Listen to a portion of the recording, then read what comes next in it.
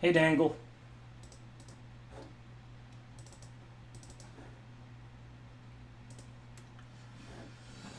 Holiday shopping was not fast.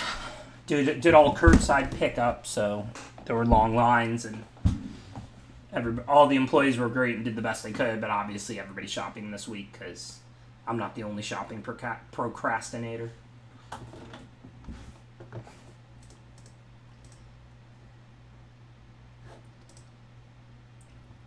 What's up, incarcerated Genesis? When do you get released, by the way? I mean, you know, I know you've been incarcerated for as long as I've known you, so just wondering when that sentence comes to an end.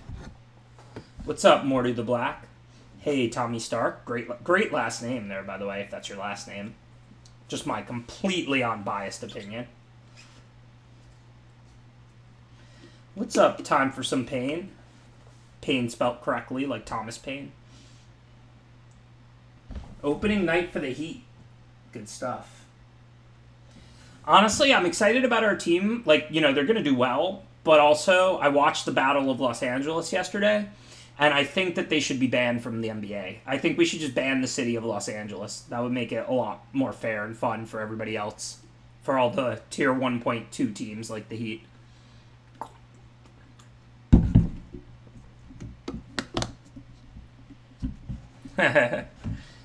I know I can count on you, but nah. I think I'm only actually going to do 2 cube drafts because of how long this took shopping. Because I have a coaching sesh at 9:30 today. But I have not read up on cube. We're going to be reading the cards. I have no idea how to cube draft.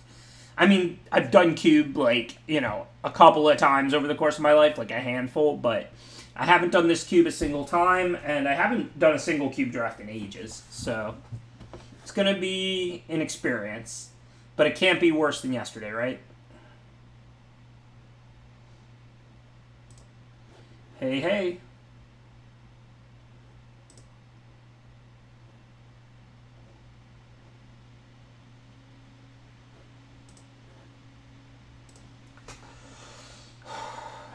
I mean, I don't know. What do you want to ask about COVID in my area? I mean, there's some, like a normal amount. I don't know. It's not like out of control in South Florida, but it's not. I mean, it's around. What's up, First Tube? What's up, Boot Rice? Good afternoon, buy a canary. Maybe don't if you have 4 cats like me.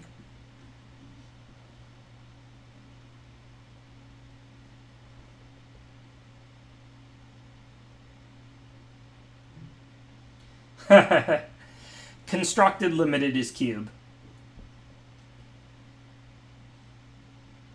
Justin Cohen tripped up in the stream on occasion. He actually described why I don't like cube very much perfectly years ago. He said, I think I know why you don't like cube. It's too much constructed in your limited. I was like, yep, that's pretty much perfect. That's exactly why. Yeah, I mean, this isn't like a long switch. I'm doing cube today. I'm probably not streaming tomorrow. Next week, I'll probably be doing Zendikar again. But we're going to do 1 day of cube for the holidays. What's up, nice guy? It's nice of you to finally catch me. I'm glad you can. Should we be for a leader? Think 600 is too little? Yes. 600 is definitely not enough help for people who need it. Thank you, Travis Davis. Appreciate the... I can't count that many bits, but probably like 30. Merry Christmas, Six Nation.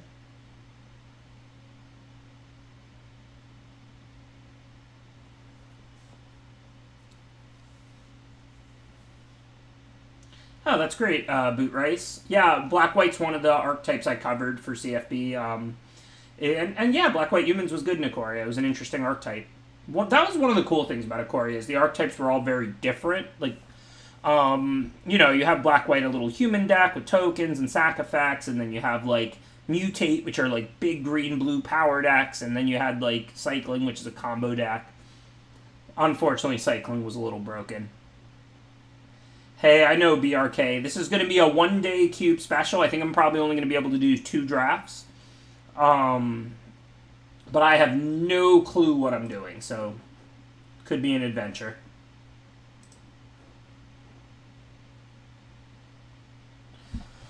I've been coughing a little today. Hopefully it's just allergies and not COVID, but it probably is. It's probably allergies.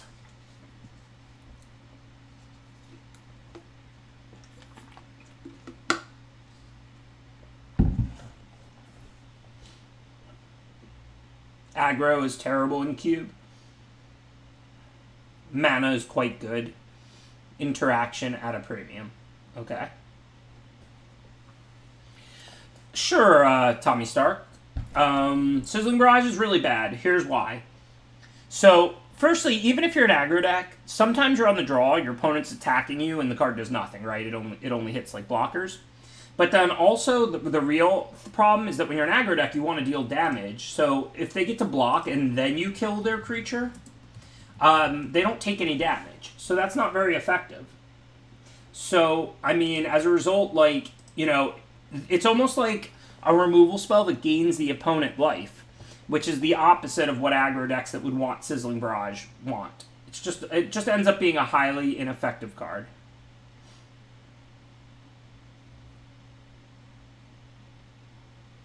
Mono white and mono red aggro are good. Alright, well, like I said, I'm a little pressed for time, which is not your fault, it's mine. Holiday shopping took a while. I did all curbside pickup because of COVID, so there were long lines. I didn't mind sitting in my car for a while. I just played Pokemon Go.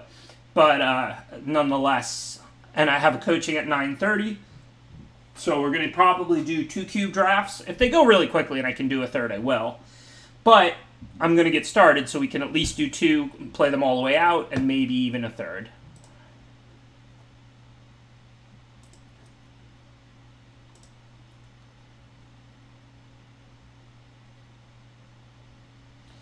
I did consider it Ephro, but then I thought it would be smarter to go the day or two before when there's massive lines and everybody does it, you know, last minute. I figured that was like the way to play optimally in the situation, you know, was to wait till the last minute when everybody goes so that there would be really long lines. Alright, so like I said, I definitely need your help. You're going to have to, more than usual, type what I take because I don't know anything about Cube. So, let's see. I mean, this is a powerful card if there's a lot of token making. I have no clue if there is or isn't. Vivian is probably decent. Kills things, I don't know.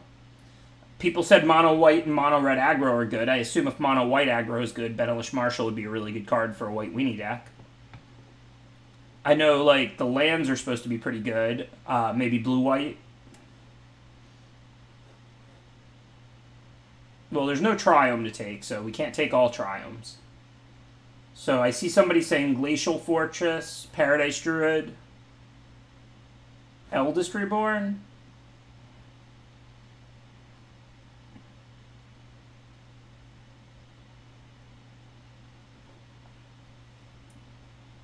Alright, well, again, I don't really know what I'm doing, so I'm mostly listening to you guys. I'm not going to take Marshall, though, because that's only going to be good in one archetype, White Weenie. I wouldn't mind starting out with a land like Glacial Fortress or a card like Paradise Druid. Alright, I'm going to take Glacial Fortress. I love blue-white control. It's a deck I'm a big fan of. Ooh, Companions. This Companion might be good. Do you need 2 mana or less cards in your deck? This card could be busted. I have no idea. This is best of 1. Waker is really good. What's Waker? Oh, Waker of Waves. Right. It's a finisher, but if you only have 2 or 3 lands, you can discard it and get more. And then if you have ways to reanimate it, it's really good. Yeah, this card was really good in M21, too. I could definitely see taking Waker. And if blue-white controls an archetype in this set, Waker probably fits perfectly. If people are trying to swarm you, it shuts that down. If you have a land-light hand, you can cycle it. Greenseeker, yeah, if we first pick Paradise Druid, we'd take Greenseeker, I guess, but let's take Waker. So for blue-white control, is, like, Teferi's Tutelage a good win condition? Or do you want something like Sphinx, which impacts the board and is a useful card? I do love milling. I mean, you know. Okay, Mills supported, so let's, and a bunch of people are saying tutelage, so let's do tutelage. Sorry if you come here for the usual expert analysis. Today, I expect you to teach me. It's the opposite. Today, I'm here to learn, not to teach. So, let's see. I assume Hypnotic Sprite is fine. Thassa's Intervention or Tezzeret are probably better. This Tezzeret's not very good, is it? I mean, it's a Planeswalker. It can be a win con, but it doesn't seem that powerful.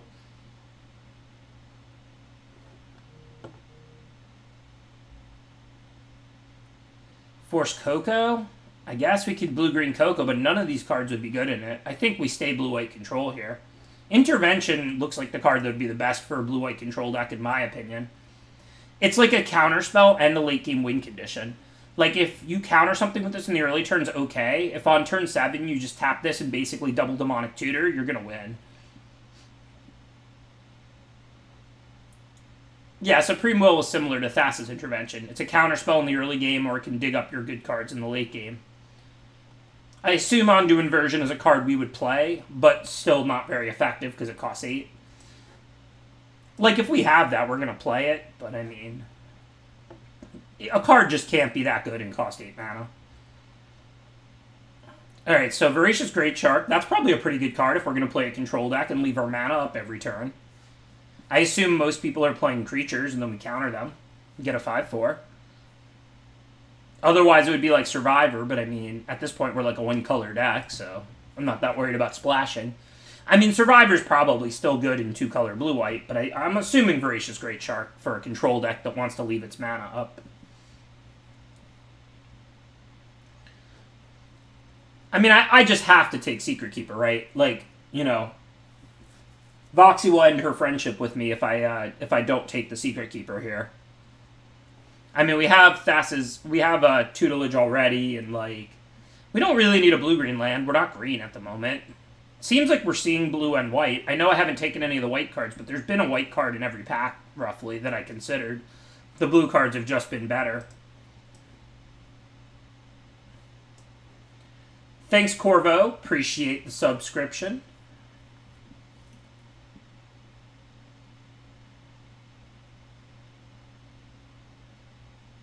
No, I'm listening to the chat. I have no idea what I'm doing in Cube.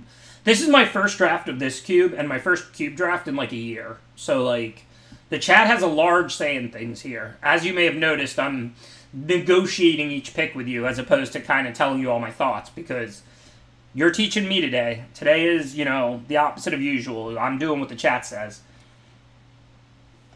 Witch of the Moors? Oh, that was a different pack.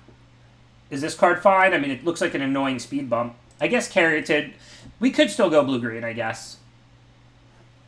I mean, we could always splash a white card, and we don't actually have any white cards. Wow, I know you guys were saying to first pick Paradise Druid. That was one of the first cards that was being mentioned. Y'all were saying take Paradise Druid, so if it tabled, I assume that means we should take it now. The first pick was between that and Glacial Fortress. So I guess we're going to be blue-green Ramp Mill. And the Green Seeker came back too. Alright, here, there's two possibilities. Either the Cube Drafters on Arena are not great, or you are wrong, my chat. Because you told me basically take Paradise to a Green Seeker, and then they both tabled. Explain that to me. Why would we need the land? These are already fixed, and we're going to be a 2-color deck, it looks like. I mean, lands are always nice, but if Green Seeker's that good of a card, it has to be better than the blue-green duel for a 2-color blue-green deck. Chat can't be wrong. That's a bold statement.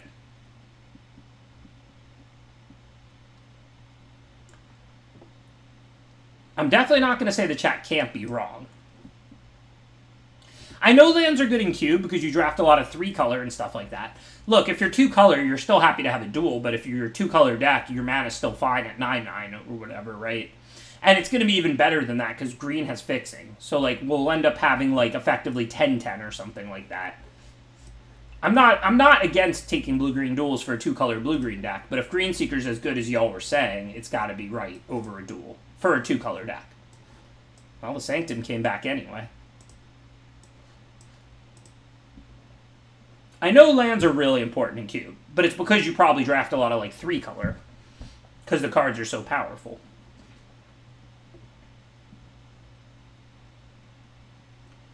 Yeah, and you get more playables, true. So, Bestiary, we could Scribe, Return. I mean, we have creatures. This could be a good card. If we're going to play a blue-green, not a blue-white, Bestiary could be really good. Oh, Field? I don't know. Are we going to be able to get that many different lands? I guess we can play all the one, like, color on duels, like Glacial Fortress.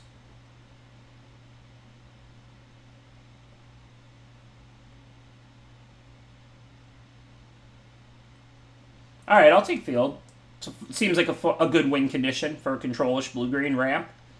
We'll try and draft things that ramp out lands, and we'll play on color duels like Glacial Fortress and whatever. That seems good. I'm down with that. Is Icy good?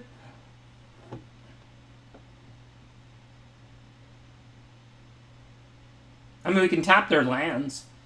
Or their best creature. Icy is not good, so then is Gargoth good or Tendershoot? Gargoth is amazing. Don't people just kill it? Gargoth? Okay. I'll trust you.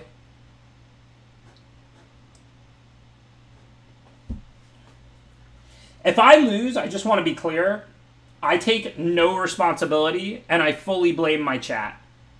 I just want to be clear. Just want to get that out of the way. So is Vastwood Surge good? I mean, it's a ramp. Explore might just be better. It's really cheap. 2-mana ramp. Surge doesn't... Yeah, it doesn't search for... It only searches for basics, so it's not that useful for field. I mean, it can get us to 7 way quicker. Yeah, Balagan maybe is a different land. That might be more useful. I don't think we would take, like, Grove, because we'd rather just have Balagan. This is a different land as well. It's a Balagan Sanctuary. And then Surge is obviously a different card. We would play Sun Petal because of field, but we'd rather just have Balagan under that logic.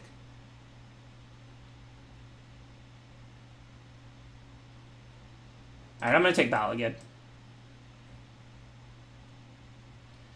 So, I mean, our win con is basically mill or field. So, I mean, Rune Crab looks good.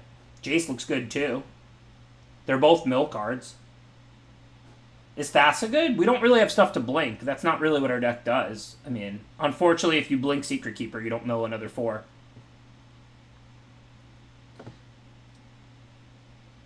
I think it's just Jace or Crab. I just don't know which.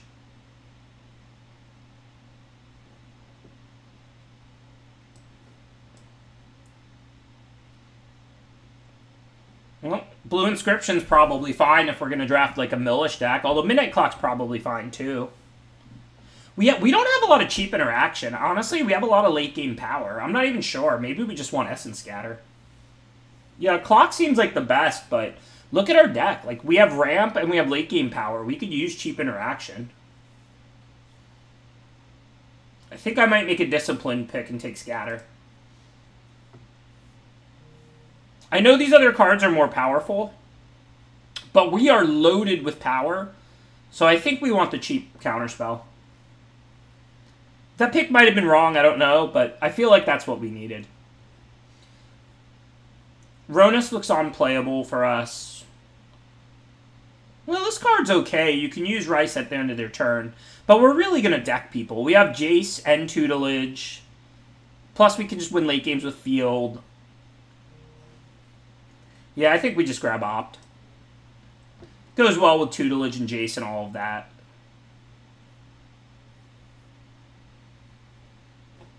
Okay. Teferi. Teferi's probably not busted, but it's another, you know... It's good with Tutelage and... Seems good to me.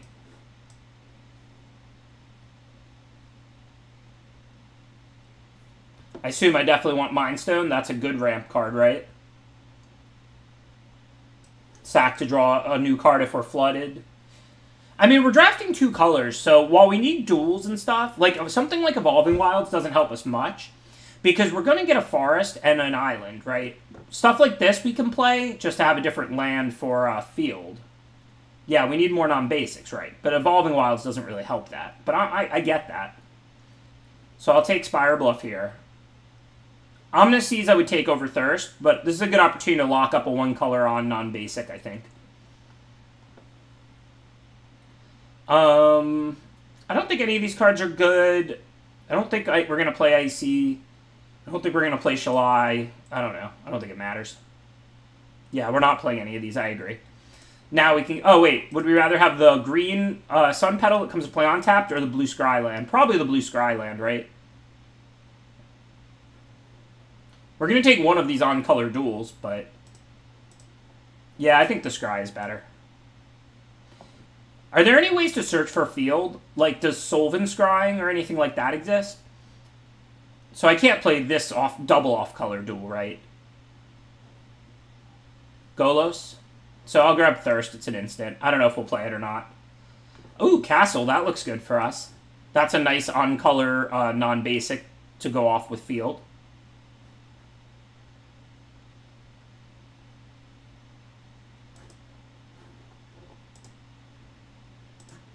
I mean, we have plenty of playables, so the good thing is we can draft these duels pretty aggressively. You know, just the one on-color duel. And we're going to play two colors. Like, I'm not looking to splash in this deck.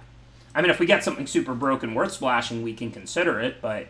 So, I mean, you know, blue-green duels are extra nice, but it's not like it's a big deal. Like, we just need blue or green duels to work with field and cast our spells. This pack looks pretty bad for us. I mean, we don't have a lot of creatures, but we do have some. Primal Might's a removal spell. I like that the Preserver has Flash, since we're, like, a control deck.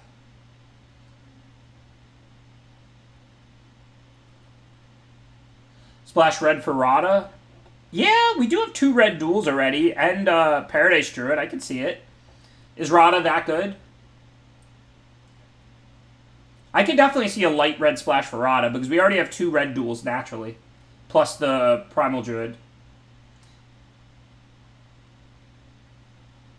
I think it's Preserver if we want a green card. This card has Flash, so... And all of our creatures are non-humans. This can be played on their turn. I'm down to Splash for Rada, though. That makes sense to me. Search your library for a basic. Draw two. Seems okay. Not great, not horrible. Proliferate. That's good with Planeswalkers. We have Jace and Teferi. That's about it. Blast Zone. Yeah, that's a non-basic, and it could be a sweeper. That could be useful. Is Oracle a win condition? I mean, we're not decking ourselves. We're decking them. I think we want Spring Mind. Search out our one mountain becomes more important now that we're splashing Rada. I think I want a Cycling Counterspell. I mean, we have a control deck, and we don't have a lot of counters or anything. Neutralize looks good to me. I love when a counterspell is cycling, because if you're behind, you can cycle it to try and dig up things to actually play, and if you're ahead, then it's a powerful card. Wow, I kind of want a lot of the cards in this pack. I mean, this card's got to be good. Champion has got to be good. Willfallow Haven is nice, cheap ramp. And I want these green duels. I'll probably table one of them. I know, I want this whole pack. Yeah, Champion's got to be really good. I think it's Champion. But I want this whole pack.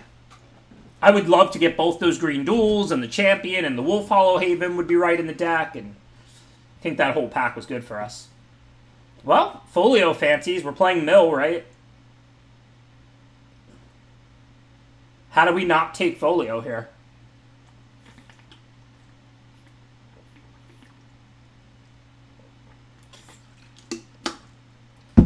I mean, I understand Boon is like a good card. It's a one-mana cycler with a lot of upside, but I mean, Mill is our primary win condition. We have two ways to win games, basically. We have Field if we draw it, but we have no ways to search for it, and then we have Mill. Blue-Red Duel is on color. Blue-Green Cycling Land is on color. I don't even know what this card is. Nah. Seems fine. We don't really have that powerful of instants or sorceries.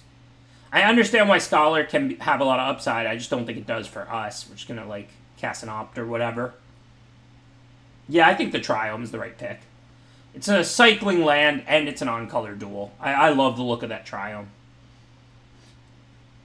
Florahedron, that gives us another different land or a nice ramp. Yorion, I don't know. We have a lot of playables. I could try and play Yorion and play 60. Probably shouldn't do that. Florahedron's probably just the right pick. I don't even know what this card is. 3 mana, 2/3. When a creature enters the battlefield, its controller may draw a card if its power is greater than each other creature's power. Oh, but it's any creature. There's Aurors, so this card's unplayable. Because we're not a creature deck. Rishka, on the other hand, I mean, we can make mana with and so on. I don't know if we're going to play Rishka or not, but, you know, we have a few creatures.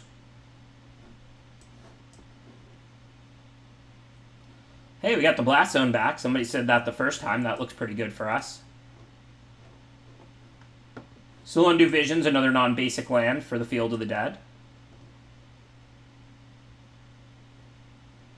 And another non-basic. We need these. Because our field is like, you know, it's good, but we don't have a million non-basics. This card's obviously fine, but I think we have to take these. Boone came back. Wow. I don't know, though. I might take Umara Wizard. We don't really have cheap removal. We already have a lot of late game, and we need the non-basics. I think I'm going to take Umara Wizard just because I think we need the non-basics. I mean, we're already on a light splash. I'm just going to throw one mountain in our deck. I don't think I want to splash the Thief. I didn't actually pick up that much fixing.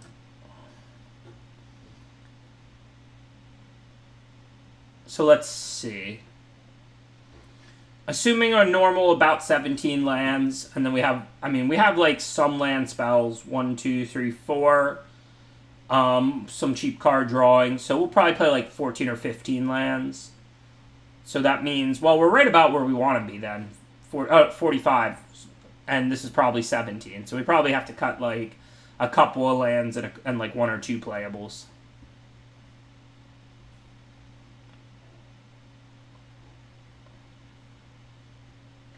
So are any of these cards bad? We probably want to cut like 1 or 2 playables. And then a couple of lands. Thirst. We only have Mind Stone. Well, we have Witching Well. We don't have many artifacts. I could see getting rid of Thirst. That doesn't look good for us.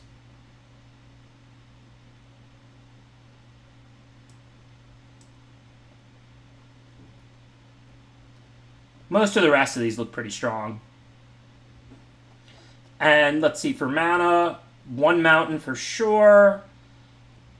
Depending on the... And then we need about even green and blue. Paradise Druid fixes, Cardiad fixes. But we have more blue cards than green cards. So about even blue and green. So let's assume we played like... What are our lands here? Blue, blue, green, green. Okay, so if we play like 7... Let's say we play like 6, 6, Blast Zone, and Mountain... Then we have 8/8 effectively with Umara and, you know, with the blue and the green land things. And we also have like a blue-green, 2 blue-green duels, so it'll actually be like 9/9. So let's assume we want to do something like that. So 5 forests plus temple, that makes 6 that are specifically green. And then 1, 2, 3, 4, 5, 6 that are specifically blue. It's just like kind of naturally where we want it to be. Did it give me less lands than I was guessing? 10, 11, 12, 13, 14, 17. How am I messing this up? Oh, because I didn't put the 2 blue-green duels into the mix. So we have to cut 1 forest and 1 island, but we can't cut the island.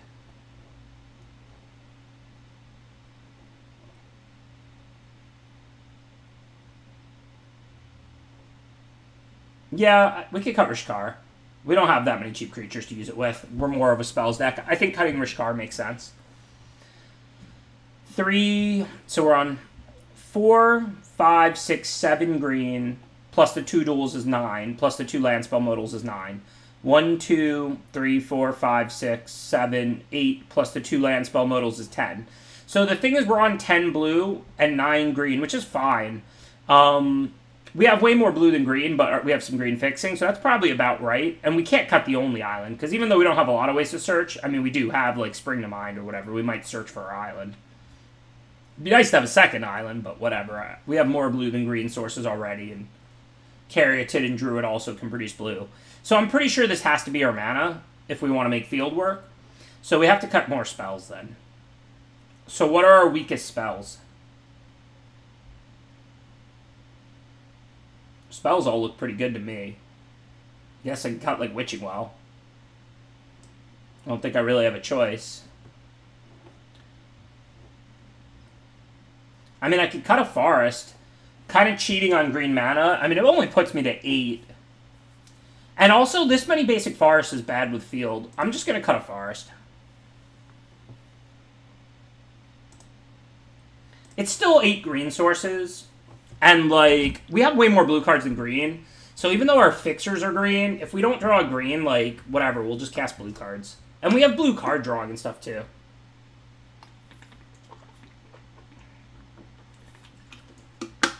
Are you scared, Dave?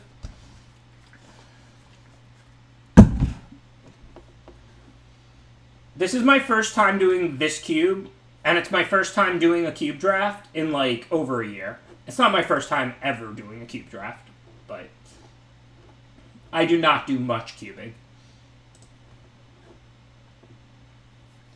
Yeah, Witching Well is kind of like fixing. If the lands are going to be tilted this way, maybe I should put the Witching Well back in. I mean, Witching Well is obviously fine. It's certainly cuttable. It's not like a really powerful card drawing or anything. But maybe I should put it back in the deck if I'm going to have considerably more blue than green. I mean, heck, I could even cut a Forest for it. But 3 forests, I mean, we're already starting to get kind of low on green.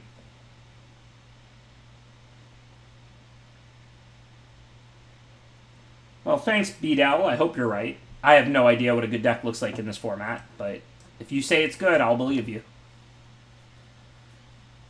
Yeah, I don't have sweepers, so I imagine these weenie aggro decks are going to be pretty bad matchups for me. Control should be good for me, though. With Field of the Dead and Mill as a win con, some ramp and a bunch of card drawing and a couple of planeswalkers, I have to imagine the aggro decks will be bad matchups for me and Control will be a good matchup for me. But I don't actually know. I'm probably not going to upkeep stop. I already have land drop 3, so I'm probably just going to rather use Dryad as a blocker. I mean, I guess theoretically both these creatures won't be able to be blocked by Dryad next turn. This turn I can block one of them, right, whichever they don't pump. But there's really not much reason to upkeep here. It's not like I need to draw a spell this turn or something.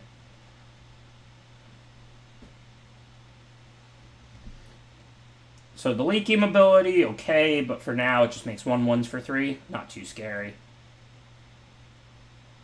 What is scary is how slow my hand is. But I guess I'm just sitting on a counter for now. I can't imagine, like, this is really a choice. I guess I don't have an island out, so the castle doesn't come into play untapped. But while I want to cast a fairy soon, it's not like I have to. And the 1/3 is a blocker for one of the 2 power creatures. Alright, well, we're countering pretty much anything at this point. We're already behind, so...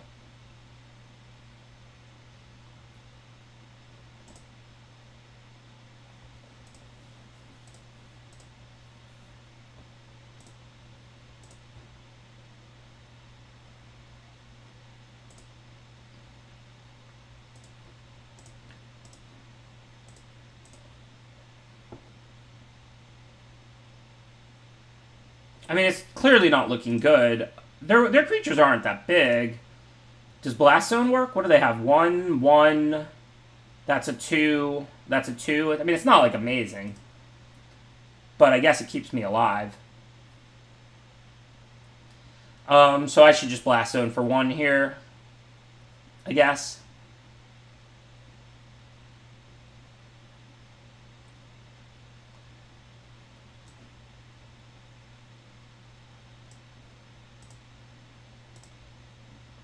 Well, 2 would kill the Green Seeker also. Plus, I just don't think we have that kind of time, right? I'd have to spend a turn charging it. It's not like I have a 2-mana card, you know, and it's not like I can charge it and do something else. I understand I'm still in a bad position, but, like, I really don't think we had that kind of time. Maybe if I draw an on-tap land and play a 4/4 flyer, you know, that's kind of tough to attack into. And I have a couple cracks at a land, because I have Green Seeker.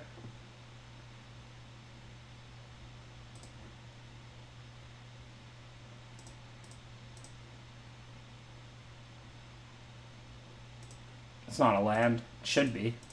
I want it.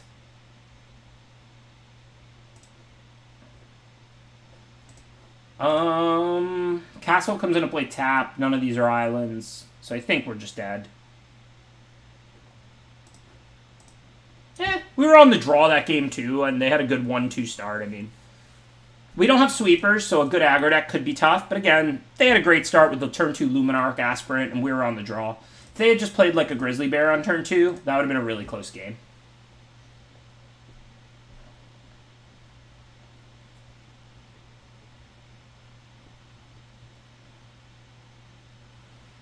$666 viewers according to Streamlabs at the moment. Scary.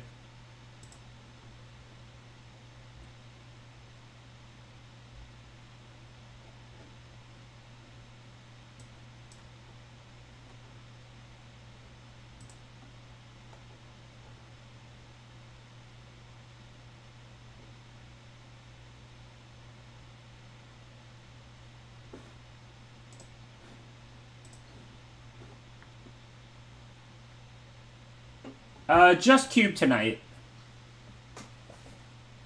In celebration of, I have no idea, the holidays, but it's not really. It's more like my punishment for doing so poorly yesterday. We'll probably be back to Zandy next week. Probably just like 1 day of Cube. This hand looks a lot better than the last one, and we're on the play. Turn 2 Druid. Maybe turn 3 Jace if we just draw an on-tap land, and if not, turn 4 Jace. Yeah, but again, like, our opponent had a good start, and they were on the play. Like, you know, we could stabilize with big creatures and stuff. We don't just auto-lose if they have small creatures. They went 1 mana, 2/1 flyer, turn 2, 2/2 that grows things every turn. I mean, it happens. I'm not complaining. I'm just saying it's not reflective of how every single game against aggro is going to go. So I assume we want to play a tap land and Mind Stone and not attack. I don't want to expose the Paradise Druid to burn. Do we need another blue? Yes. So let's just play one of these. Probably should have played the Vision, but I'm probably going to end up playing both regardless. And I don't even know if Umar Wizard or Vision will be better here. I mean, the primary reason it's always been good to take lands aggressively in Cube is because you just end up with enough playables every draft anyway. Like, all the cards are good. So, like, you might as well upgrade a forest or island into a land. Into a dual land, rather than upgrade your worst spell into your next worst spell. The concept matters in non-Cube as well. It's just less pronounced. But, you know, like, the reason I draft, like, non-basics that are decent so aggressively in normal limited is because you're upgrading a mountain or you're upgrading an island instead of upgrading your worst spell. Okay, so do we want this Mind Stone? Yeah, we're going to start drawing extra cards. I don't think I need to sack this to draw extra cards, too. I think I'd rather have some ramp capabilities.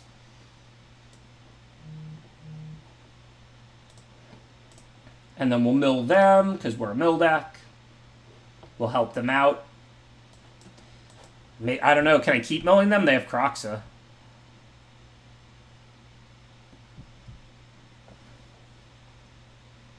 I guess they're nowhere near bringing it back. We'll see if they play Swamps. It's too black to bring this thing back, and they currently have 0. Yeah, so we'll see what they do next turn, and then we can decide based on that. If they don't play a single Swamp this turn, I'll keep milling them.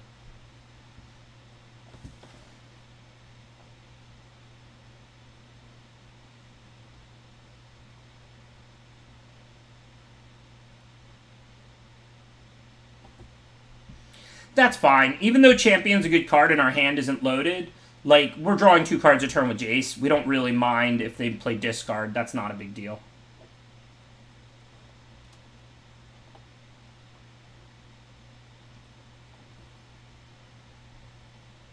Discard is not really very effective against card drawing. And they didn't play any swamps, so I'm just going to keep milling them. And then, I guess Vision. I mean, we don't have anything else really to do with our mana, and we have plenty of mana. Let's see what we find. Alright. I can cast that now, so I'm going to take that. Just counter whatever they play, probably. What does this do? Turns an artifact into a copy of a creature? Okay. So, whatever. We'll let Jace go to 4. We'll counter whatever they play. Then we're drawing a counter. Then we can draw another card. And then we can put out a 1/1 to trade with these. I know they might make 1/1s if they cast spells, but whatever. We're drawing 2 cards a turn, and they're making 1/1s every turn. I don't know if I want to counter that or not. It gives them black mana. It's not a particularly scary card, but I think I counter it. Because it gives them black, and I'm drawing another counter next turn anyway. When it flips, they'll get some scry to find black mana, or they'll flip it and get 3 treasures. Obviously, that wasn't like a must counter by any stretch. But given I know I'm drawing Neutralize, and every turn that I stall them, I'm drawing 2 cards a turn, so it's really good for us if turns just tick by.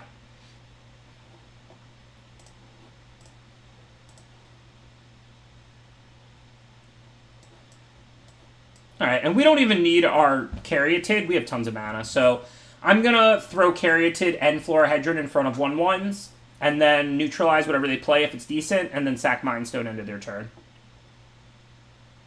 I don't know anything about cubes, so I can't really say best archetype. Best archetypes in Zendikar, in my opinion, are Black-White Clerics and Blue-Green Kicker. So they finally found a black source.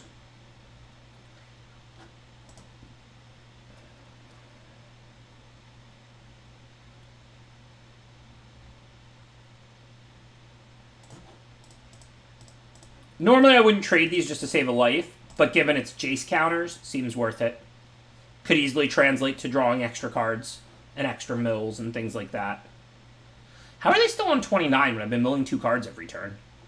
Were they playing over 40? 5, 8, 9, 18. They were. They're playing over 40 cards.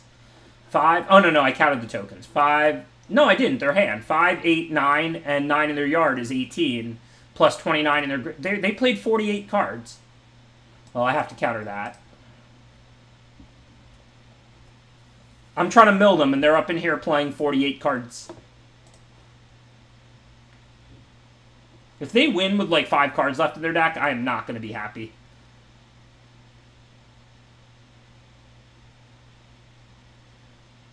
I just happened to, like, check their library now, because we've been milling them for a while. I knew they weren't anywhere near decking, but... I was expecting it to say, like, 23 or 21, and it said 29, and I was like, what the heck? But they actually just played, like, they played 48 cards or something to start. 47, something like that. That card's okay. I mean, we're going to use our blue mana this turn on Secret Keeper. I'm just going to bottom it. I assume we'll draw some spells, because we're still drawing 2 cards a turn off Jace. Okay, so this turn, I don't think I really need to Teferi Master of Time because I need to have a blocker more. Next turn, I'll probably play that. I can even have the option to put a counter on my Blast Zone this turn if I want.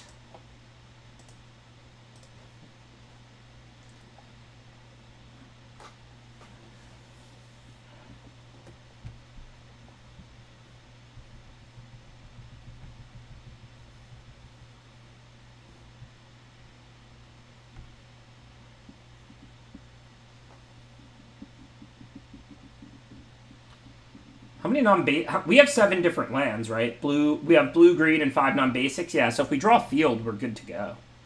Hopefully we can find Field of the Dead.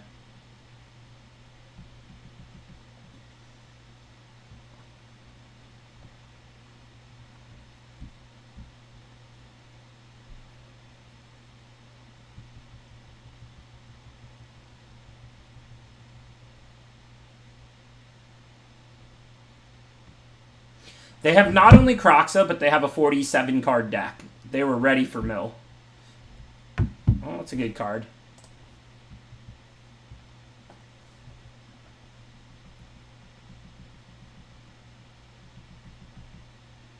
Thought we were looking good. Now this game is getting pretty close.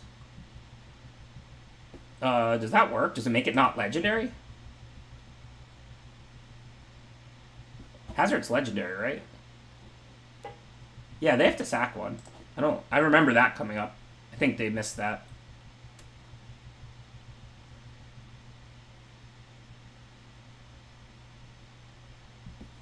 So I'd rather lose Secret Keeper than Jace. So we'll just block there. They may kill Jace successfully, they may not. But I mean, I can phase out Hazard next turn. And remember, Jace, it's not like frivolous to have Jace live. Every time Jace lives, that's another card I'm drawing. So, and I'm milling 2 more cards. So every turn it lives, it's gaining me more life effectively. It's milling them for 2, and I'm drawing 2 cards a turn. Okay, well, our plays this turn are tutelage into Fairy. Then we can plus to Fairy. So we're going to get a lot of milling going here, so that's nice.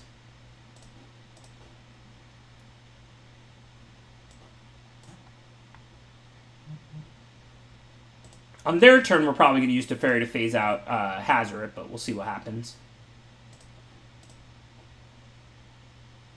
I'm just going to hold the 2 lands because I can loot them away with Teferi or discard them to Croxa or whatever.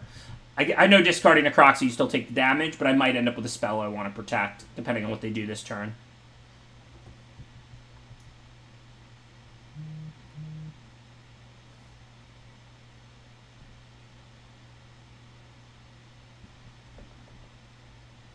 I'm feeling a little better now that we have the tutelage out. They're at 15 cards in their deck. I mean, obviously Hazoret can end the game quick, but for now, I mean, they're not killing Jace on board this turn. If we draw Field of the Dead, it's like a 2/2 a turn.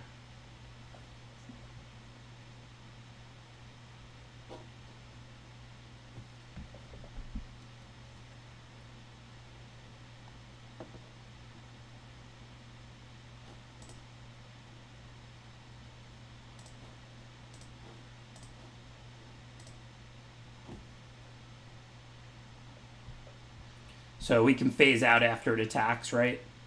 Oh, the Hazoret can't attack. They have 2 cards in hand. Nice. Okay, well then we don't have to phase anything out. Which means we can mill more cards. Because every time we plus Teferi, we mill 2 cards with tutelage. I don't think I want to search for a land. I'll just probably cast Mind. So let's discard that.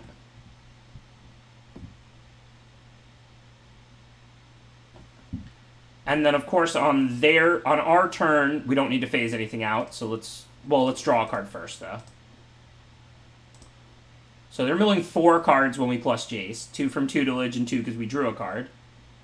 Then let's plus Teferi and mill 2 more of their cards. Can we deck them? So they're now on 5 cards. So this mills 4.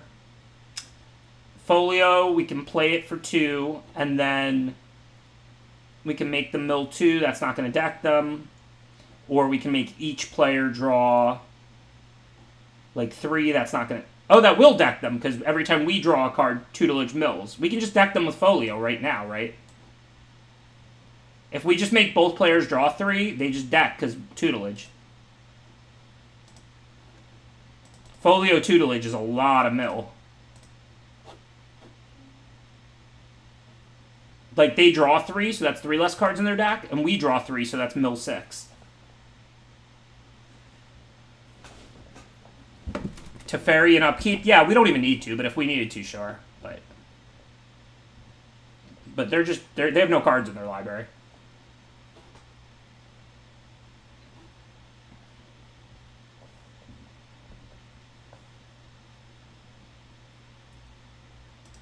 Yeah, it pained me to take Jace over Rune Crab. I wish I could have had both.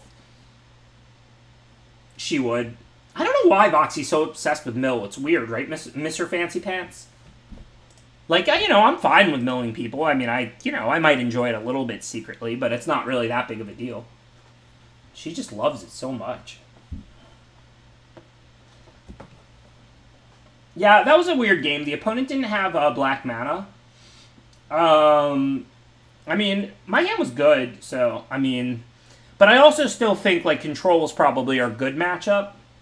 And we haven't played against Control, so we'll see. Yeah, they didn't seem like they really knew how to use Field right. Yeah, I love Mildex too, GTO Donk. We agree. All cube drafts today, but by all, I mean 2 or 3, depending on how long these last. But just today. I'm not planning to stream tomorrow, and then next week I'm planning to be back to Zendikar.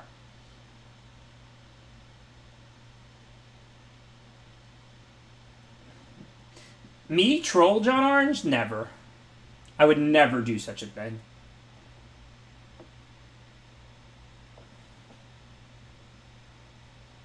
I read what you said, GTO Donk.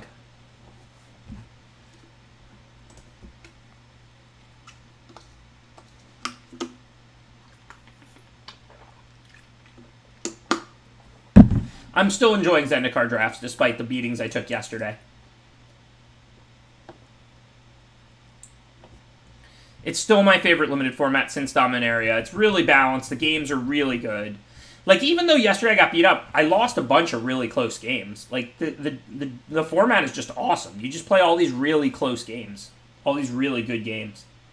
Because the castle has the chance to come into play on tap later if I draw an island. I guess I don't have many islands, to be fair. I didn't really think of that. So without thinking about it, I said to myself, well, I'm probably not looking to cast Vision. I have a lot of spells. Vision always comes into play tapped. Castle can come into play untapped. I don't have a single island. I have a single basic island. But I also have, like, steam vents, and I have, like, Mind Spring to search out the island if I want. But, like, yeah, I don't have many islands. It's a fair point. It should be viewed more like I have around 3 islands. Like, steam vent's an island. I don't remember if I have any other that are actually... Triome is an island.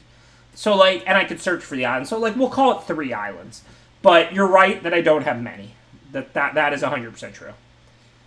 Alright, well, this turn I'm going to leave up Scatter, because next turn I'm going to play Rada. And then the turn after that, I can get another blue land in play, and I have Supreme Will, which is single blue. So this actually works okay. The green-blue duo I have, Botanical Sanctum, that's not an island. The fast lands are not islands. The Triome is an island. Steam Vents is an island. I have a basic island, and I have, like, Mind Spring to search up the island. But basically, I have about 3 islands. Like, because the Triome I might cycle, the Mind Spring I might cast, get an island or whatever. Like, but I think you could view it as roughly 3 islands. So I'm not going to play the Rada now because they just left up their mana. I might play it next turn, but here's a little trick that's really important in Constructed. When your opponent has a card like Spectral Sailor, it's a lot better to play things on turn 4 than on turn 3, because if they counter right now, next turn they can draw a card. If they counter next turn, then they miss drawing a card. And this comes true not just with effects on the board, but with cards in your opponent's hand as well. Like, let's say, like, the card drawing spell of the format costs 4. Like, let's say the blue card drawing spell the control decks are playing, let's say it's like Chemister's Insight. If you only have 1 good threat, you generally want to play that threat on turn 4, not on turn 3, if your opponent just keeps leaving counter mana up. Because on turn 3, they're not going to do anything end of turn with their mana otherwise. But if you let them counter on turn 3 and don't do anything on turn 4, then they can Chemister's Insight.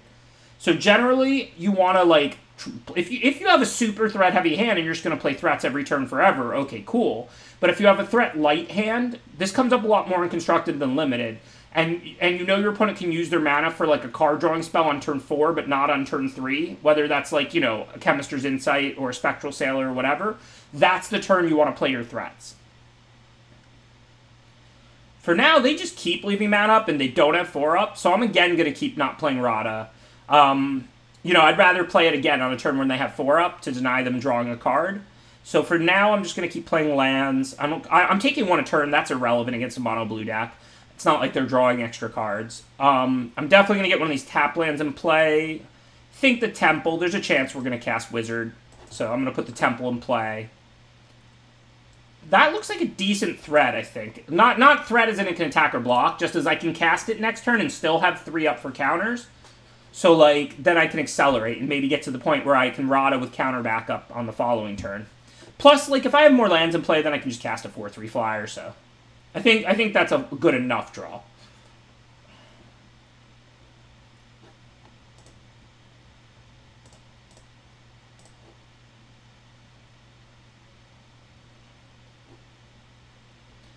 No, I don't want to opt. I'll opt later. I want the top card of my deck.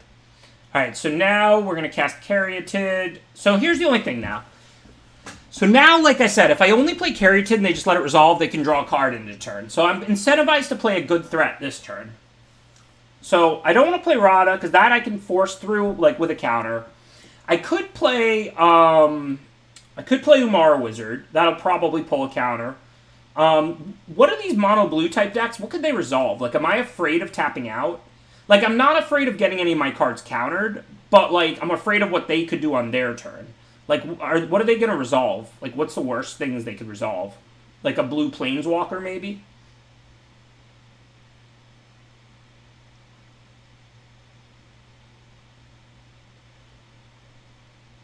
Great Shark. Alright, I'll just play the Caryatid. This way I can still have counter up. This way if they go for, like, Great Shark, I can counter it. If they go for some Planeswalker on their turn, I can counter it. If they draw one card, so be it. Next turn I can play Rada with counter magic up.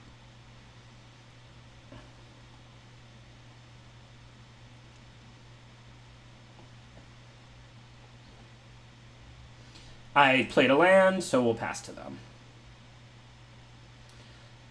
Like, I'm not happy about them drawing an extra card, but it's one card. Like, next turn I can play real threats and have counters up. I can play Rada and have 3 up to play a counter.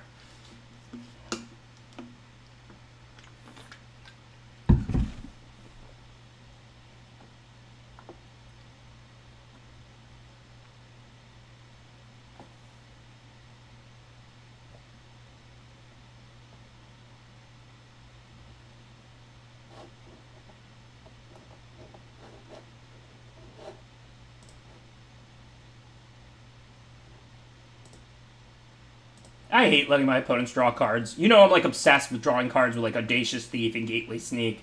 Nothing I hate more than allowing my opponent to draw a card of Spectral Sailor without, like, falling behind. You know, like, if they want to not counter Rada to draw a card, okay, but I hate just taking a turn off and letting them draw a card. Alright, so we're going to Rada. Just going to tap the Caryatid so they can't mess with it.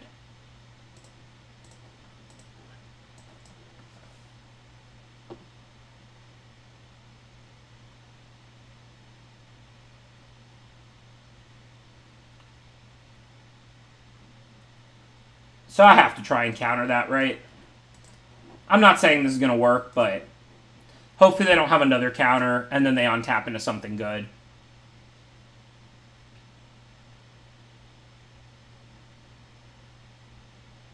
Boo.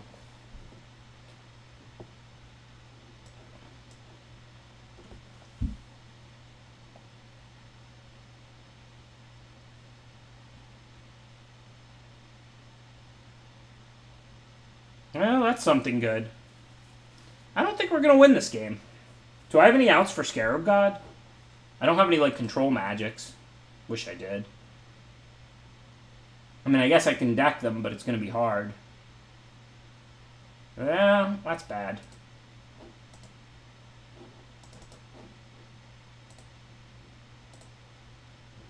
Yuck. So they can take Rada and Warkite Marauder. Yeah, this isn't going well. Let's see. We played our only red card. Let's look at the top 3. So we're going to have to deck them. That's our only way to win.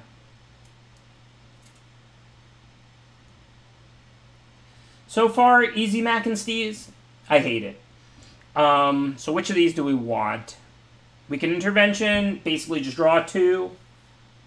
I mean, we have to deck them quickly, so we're going to need, like, Tutelage and Folio and stuff like that. Or at least things that impact the board heavily, like Waker. I don't think Secret Keeper or Triumph is doing it, so I'm going to take Intervention. And then I guess draw 2. I'm doing it now because then I'm going to play a Scryland. I mean, this is rough. There's no question.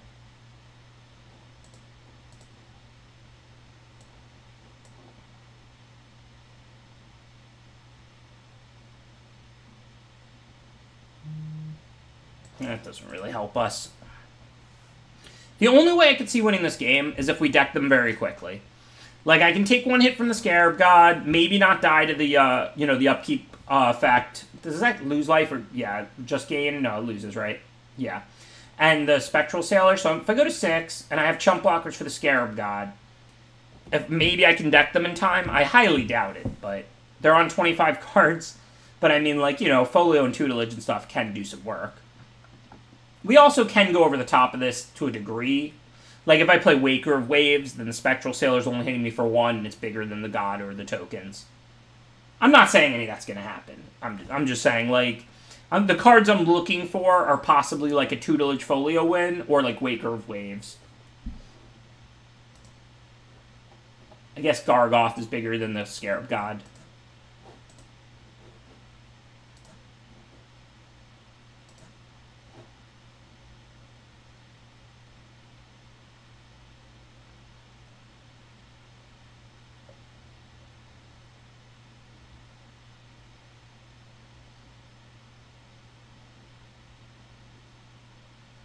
So they milled the Waker. That's bad. That means they can take it.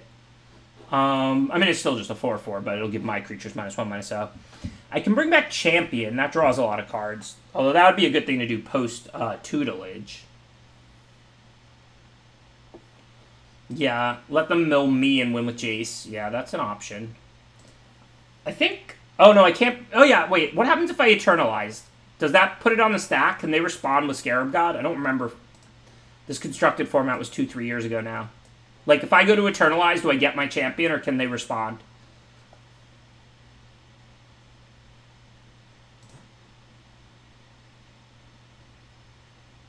Yeah, if they can't stop this, and they're going to get it otherwise, then I should just do it. I mean, this is rough, but... better than them drawing a bunch of cards instead of me. Like I said, I'm probably going to lose, but I'm not dead on board, I don't think. So I'm about to draw a bunch of cards. We'll see what we can piece together for next turn. Maybe they can deck me or I can deck them, and then we can steal a victory.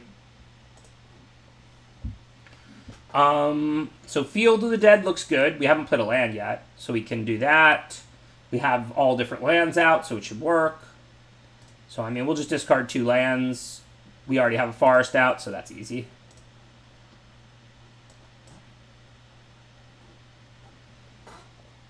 Obviously, no reason to attack them. We can't win this game by damage. I don't know that we can win this game, but if we can, it's with Jace and them decking us, or it's with us decking them, but it's definitely not with damage. I can't play the Green Seeker if I want to play the field. It comes to play tapped. So I'd be missing a 2/2. I would have had to play untapped land, but then I'd get 1 less 2/2 over the long run. Oh, I'm just dead. They can make a flyer. Okay, I forgot about that. Oh, Carrington makes 2 mana. You're right.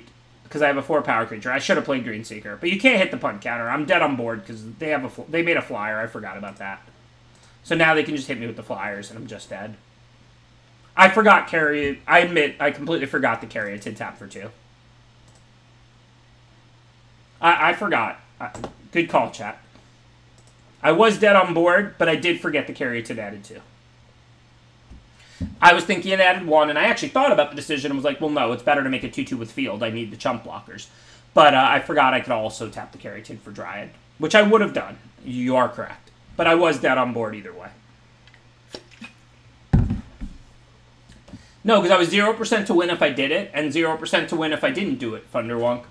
Something has to lower your win percent to be a punt, right? Like, if you make a play, and you're 100% to win if you make it, and a different play, you're also 100% to win, then it's not a punt. Well, I was 0% to win if I cast the Green Seeker off the Caryatid, and I was 0% to win if I didn't cast the Green Seeker off the Caryatid. So I didn't punt away any win percent. I was 0% either way. So not a punt, right?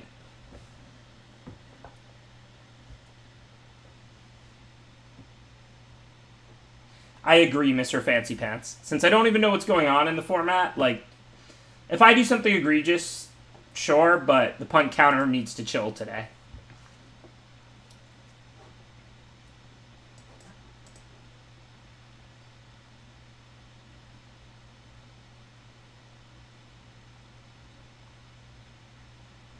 I don't see any decisions. Let's get out the mana ramper that they can't mess with.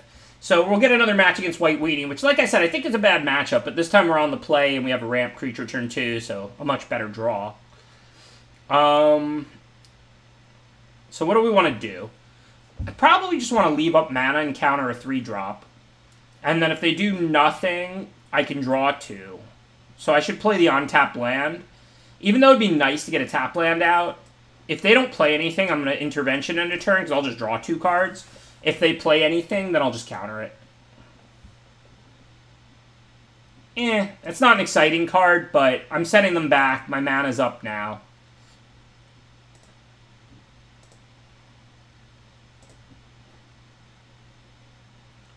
Yep, we'll take that.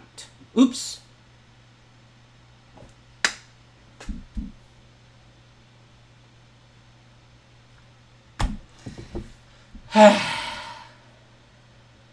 Sigh.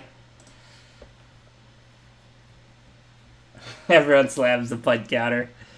I could have tapped this and drawn 1 more card. Obviously, I meant to counter that, because it would slow them down, keep them further off the Legion's landing, and I have plenty to do, so I figured I'd want to slow them down. Not that that was going to be great or something, but... Yuck, yuck, and more yuck.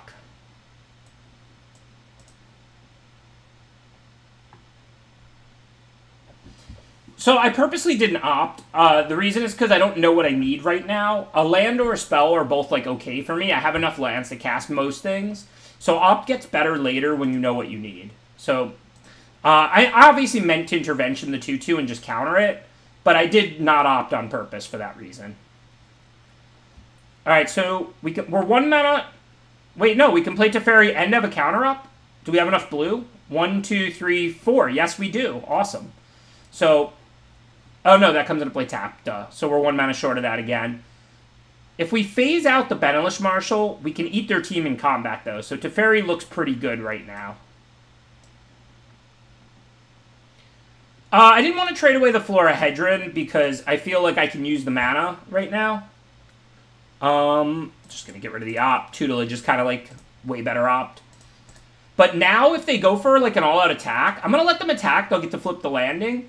But then I can phase out the Benelish Marshal, and then the Greenseeker will eat something. That's annoying. I guess it's not the end of the world. -2 to make a 3/3, or they can plus something, and then I can ferry it. Yeah, I know they can flip the landing, but whatever. Like, it's pretty expensive. Like, I'm not that concerned about that. I guess now that they pumped the Marshal, too, maybe I'll just do it now. Yeah, and stop them from flipping the landing. Alright.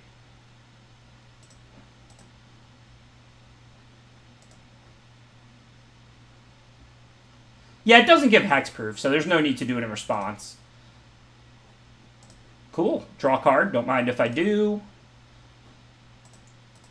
So we have a counter. We're actually in decent shape. Like, they have a decent board, but we're going to mill a lot of cards, I think. And then ultimately, if we blast zone for 3 or something. For now, though, I think we need to have blue up, and we might use our creatures. So let's tap the zone, an island, and field. Play Tutelage. Then we can Teferi, and then we'll mill a lot of cards pretty quickly this way. Am I going to cast Balagid? Yes, because I want to get lands towards field, so I'll discard the Caryatid. Plus the Teferi. Alright, now both of these are lands towards field. So I'll discard the Balagid, so I can play an on-tap land.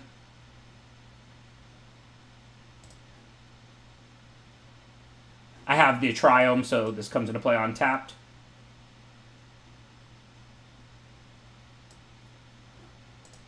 And not the worst. Next turn when we play a land, we make a 2/2. I mean, look, this turn, they can kill Teferi. I mean, they're going to plus Garruk, but that's not the end of the world. I guess that's good enough to counter. They're down to 2 cards in hand. I don't know what else they're holding. Kills Tutelage. This is a tight game. This is a good game. I like it. All right.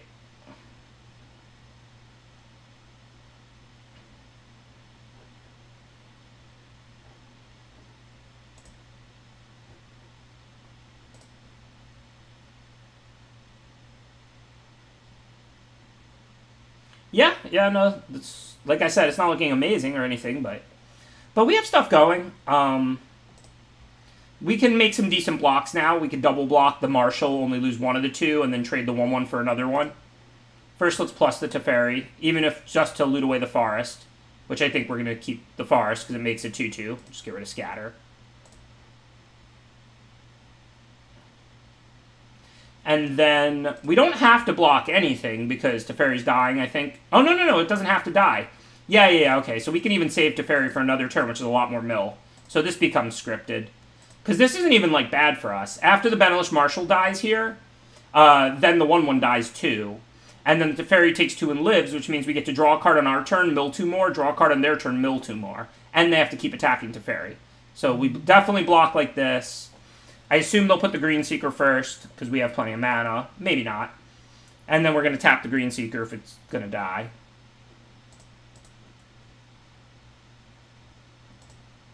Hey, that's more mill. I like it. What? The opponent has 41 cards in their deck?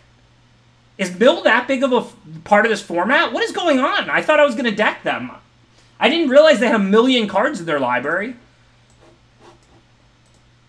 What is going on here? I'm like, if they had a 40-card deck to start, I think I would win this game. I think I'm going to lose this game because they have 1,000,000 cards left. They have 39 cards in their library. This is so weird. Why does everybody have so many cards in their deck?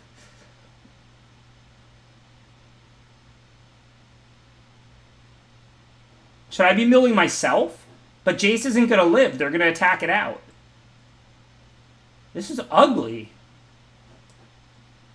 They don't have Yorion. It's not in the companion slot. If they had Yorion, I would have noticed that.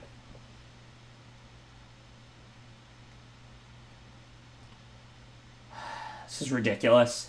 I don't know how I'm going to win. I guess I still have to try and deck them with tutelage. This is literally absurd. I can't deck myself and win because I didn't get that Thassa's Oracle, and like they're going to be able to attack out Jace. So, I don't really have a choice, I don't think, but this is literally ridiculous.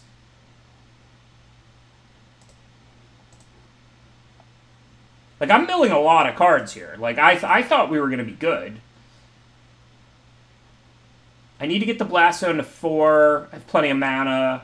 Oh, no, but I can only put 1 counter out this turn anyway, so we might as well play the tap land.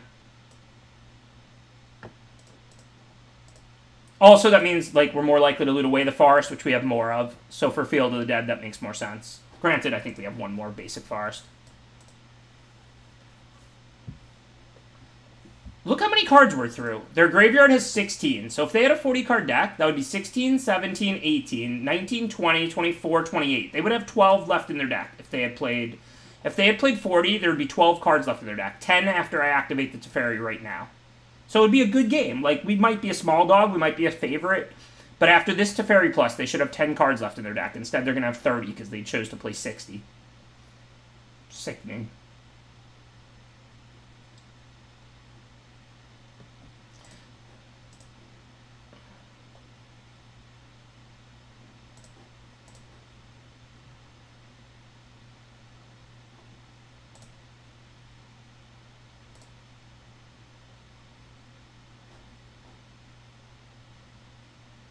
Yeah, I mean, I know they have Yorion, but I mean, it's not in the companion slot. Like, doesn't make any sense.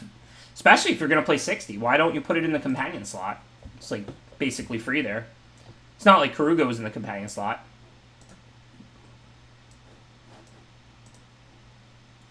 No, this is all right. I mean, this is like I'm just mad because like I think I could have decked them if they had 40 cards, but they played 60 instead, and they're now at 26 cards.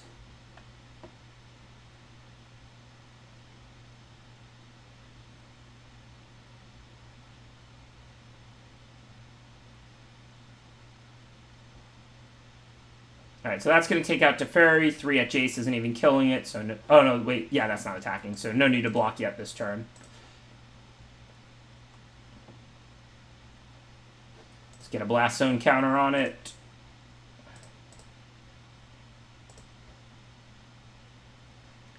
Well, Folio's good. We needed that when Tutelage was still out. Alright, so let's plus...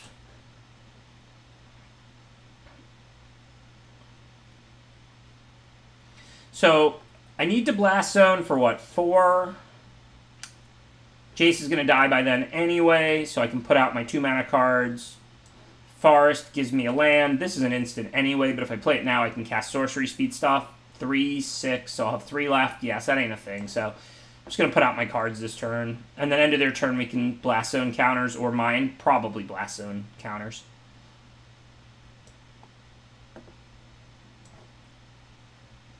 Because I want to put 2 counters on the Blast Zone, which I have enough mana to do right now. I'm not saying we're going to live or that's going to work. I don't know what's going to happen. We can't. The problem is we can't self-mill because we don't win if we get to 0 cards in our deck. We win if we get to 0 cards in our deck and have Jace out. And they can attack out Jace if they want to. Folio can mill a lot, yeah. Yeah, Jace will die before we can mill ourselves out. That's why I've been milling them. Look, they should have 2 cards left in their deck. They should be decked right now. The game should be over. Instead of casting Mind Stone, I could have used Folio for 3. They would have drawn the last 3 cards and died.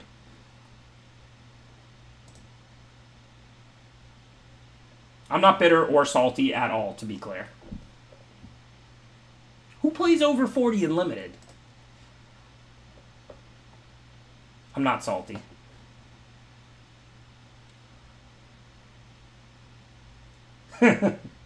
Just a bit. Just a bit. Mill is the most beautiful thing in all of Magic. Like, it really is wonderful. So these have trample 2. This is rough. Hey, thanks for the bits, Hermit. I appreciate it. Appreciate the salty bits. So they're sending 7 at Jace, so that's going to kill it. I can't do anything about that because it's in the air. The rest at me, 7, 10, 14, 16. No, that's not attacking. So it's 7, 10, 14. So I could take 14, but I might as well make a profitable block, like 2 2/2s on a 3/3, I think.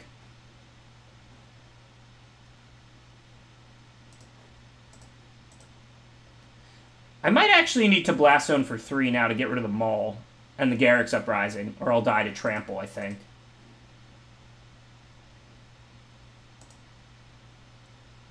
Either way, I'll block a 3/3 with 2 2/2s. That's just a profitable block. Yeah, if I do it for 3, I get rid of Rishkar and Rejuvenator and Uprising. I think that's the number. So I have to put 1 counter end a turn. That leaves me, what, 3 to work with? So I can, like, Folio for each of us draw a card. Or I could, like, mill or sack Mind Stone. I can always sack Mind Stone later. I think I make us each draw 1 card. Yeah, I have to kill them all in the Uprising to not just be, like, auto-dobs. So, make each player draw 1, and then put a counter on the Blast Zone.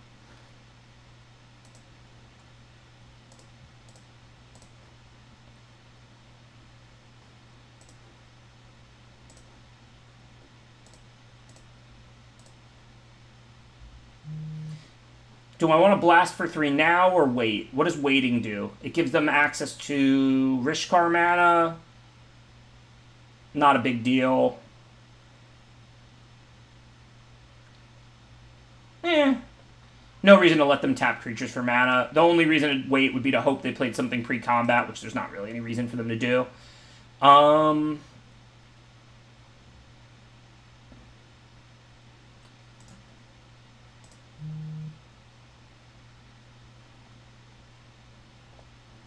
I mean, this is obviously looking bad, but it's a game. It's a game. Their board's not that much bigger than mine now. I'm making 2/2s every time I play a land. You may look at the top card of your deck. Whatever. I need Gracious Shark out anyway. It's just it's bigger than all their stuff, or as big, so it's Great Shark pretty much anything just to get a 5/4 out here.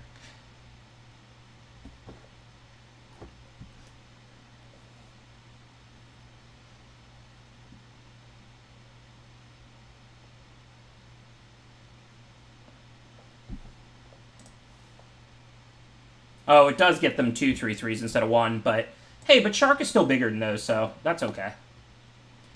So I don't want to lose the Shark because it's bigger than their 3/3s, if possible. But if I block Resilient Kenra, well, it's not the end of the world. They bring it back and give something +4/+4, but I can chump block that. My blocks here are not exciting. They're not, like, horrible, but they're not exciting. So what are our options? Like 5-4 on 2-2, double block 5-4, take 4. How can they give trample? Oh, with this? Well, it's not instant. They can't do it now. Next turn. Oh, you're saying to whatever they give the +4/+4. That's true.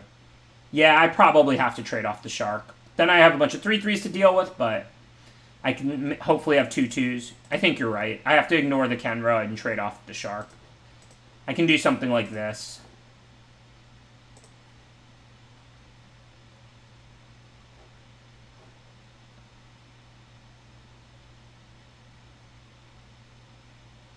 And then each player draws 1.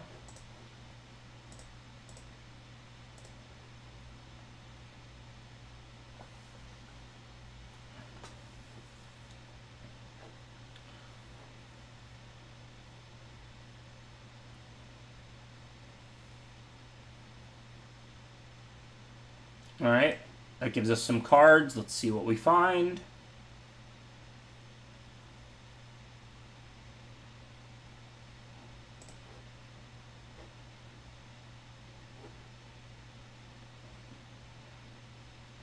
Can I keep all of these?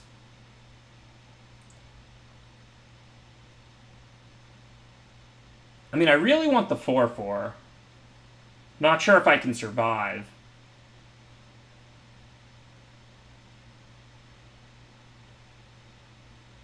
If I play Rada, I have a chance to spike a land on top. So I think I have to do that. It's the most power and toughness I can get.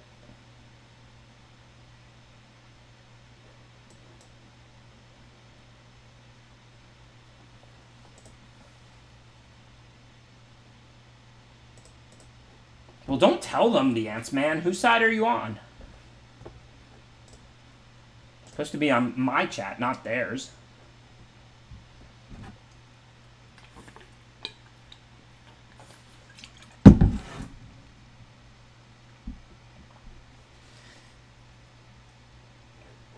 They have 18 cards left in their deck. Or, you know what? I'm going to refer to the amount of cards in their deck by the amount that I think it should be.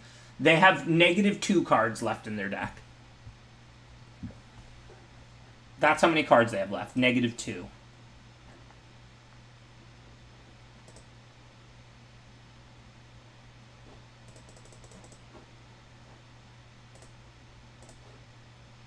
Thank you, Rug. Appreciate the subscription. Hey, everybody else does it these days, right? Meztastic.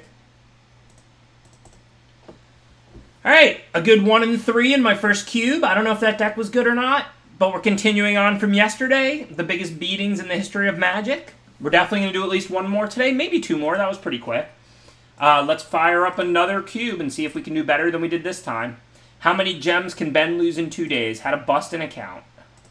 At least these are relatively cheap, only 600 gems. Right, Thunderwonk? I left them with -2 cards left in their deck. That's a win in my book. Thanks, Kiwi Sardine. Appreciate the whole 23 months of support. That's the entire time I've been streaming. I mean, I'll draft Mono Red or Mono White if it's there. I'll draft Blue White Control. I mean, we didn't see a lot of White Control cards. I think I drafted the right deck for my see it. I'm sure some of the picks I made were bad, but we really never saw, like, White Sweepers except Ondu Inversion. Not really sure what our options were. Is this card good? Discard your hand, exile the top 3. Eh, seems okay. It does 2 damage for +1. That's pretty good. Dragon Master Outcast could be pretty busted. Inscription if you're like Blue-Green Ramp like we were. It's just a fine card for 4. Hostage Taker, yeah, that's probably really good. Is Loris good? I don't know. It's probably hard to play all permanents that cost 2 or less in this format. There's a ton of busted stuff. Can you really draft around Loris?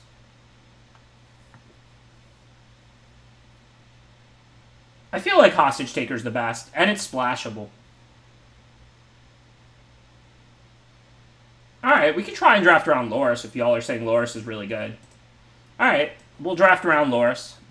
So all our permanents need to cost 2 or less. So I don't know what that means we're drafting. We can take a Miria's Call. That's 2 4/4 flyers, and it's not a permanent, so that's good.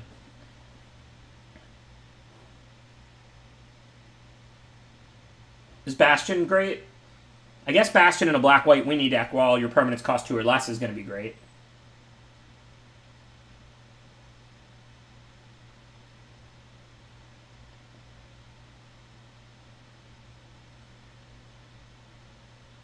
I think Bastion and Amiria's Call both go really well with Loris. I guess we'll try and draft a black-white Weenie deck. That makes sense with Loris.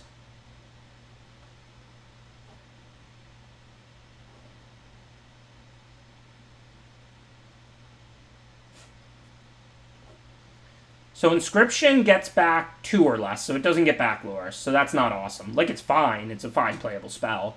But Bloodchief's Thirst is probably more efficient removal. It's probably just a better card. Why can't I Companion? Oh, Bastion costs 3. How did y'all talk me into Bastion? It's a permanent that costs 3. We can't play Bastion. Chat punt. Where is the chat punt command? I need a chat punt command. I wanted to take Amiria's Call, which does work well with Loris. Right, I'm going to take Bloodchief's Thirst, because... And we'll see. Maybe I'll just throw away the Bastion. Maybe I won't. We'll see what happens the rest of the draft. We need a chat punt command. What is this card? 8 mana win the game. Probably for blue-white control or something. But I don't think that's what we'd want in this deck.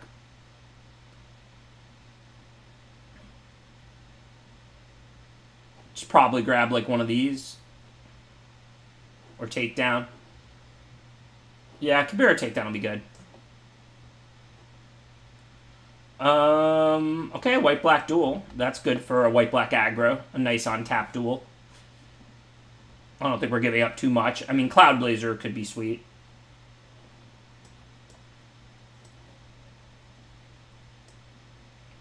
I assume there's the cat. I mean, does the oven do much without cat? Yeah, we could do like a Rakdos Sack. Light White Splash, Chapel Takedown, whatever. But, like, we can't play Tibalt with Loris. Royal's obviously fine.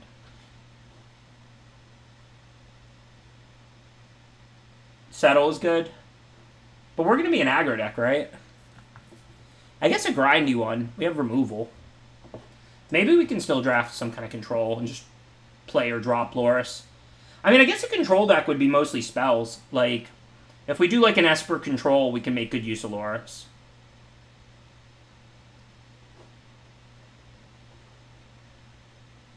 It doesn't seem very good. Thassa's Intervention or Chainer's Edict, those both seem decent.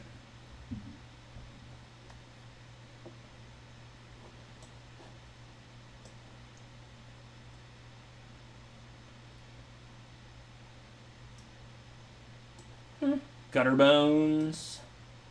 Maybe back to a black-white aggro. Stockpile, that looks like a nice cheap card to play with all cheap creatures in Loris. Alright, maybe back to a black-white tokens deck, I think.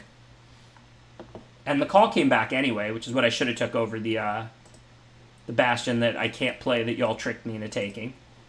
But we'll take the call now. You can do like a grindy black-white creature deck with removal and stuff. This looks alright. I don't hate the look of this.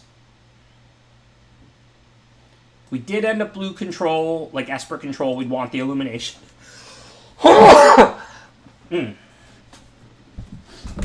don't know, I think my deck is good. I have no idea, but we have good removal, good recursion, and Loris in the companion slot. Like,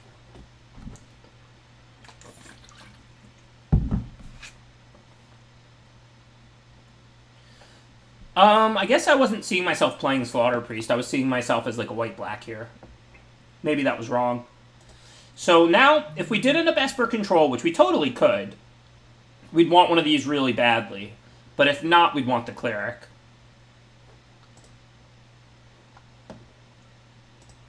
I think just in case.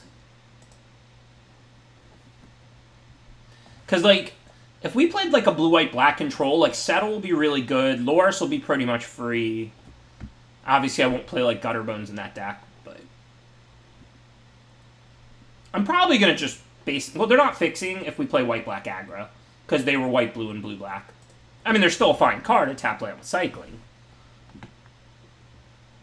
Yeah, we'll see what we get. If we get, like, 2x white cards or 2x black cards, or... I mean, if we keep seeing, like, little white and black creatures, I mean, Stockpile and Gutterbones, like, that's pretty good synergy. And we can have some late game. Like, we have Loris and we have Amiria's Call. That does sound nice, Hermit. Blue-red probably not going to help us regardless. Alright, let's see. So, Aspirant's a nice 2-drop if we stick with the Loris main in the companion slot plan.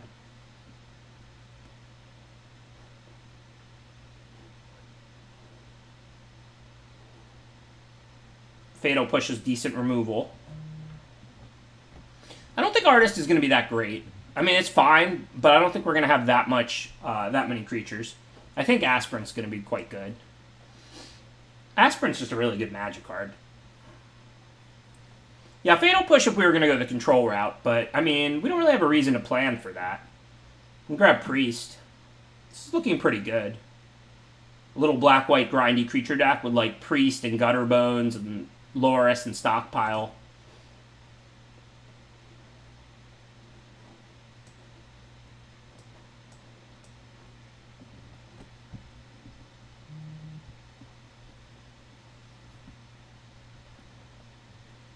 And we have some decent removal. We have Addict and Takedown and Bloodchief's Thirst. I assume we can't table Fatal Push.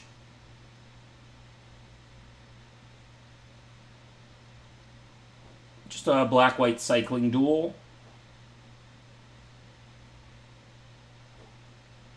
What's in the bag? Nothing good. Yeah, the black-white cycling duel.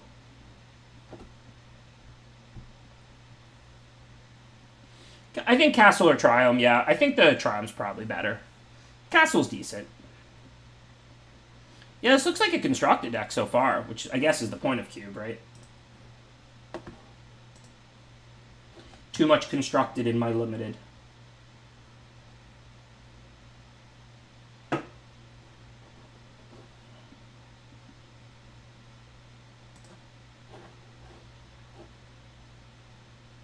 Oh, can we use Crypt Breaker? That's not a zombie. It should be.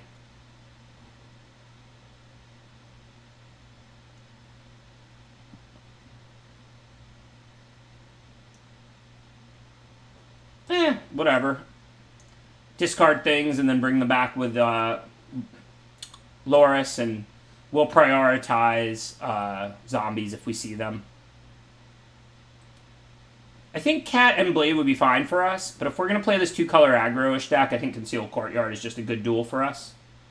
Yeah, Skycat could be splashed. We do have Fetid Pools.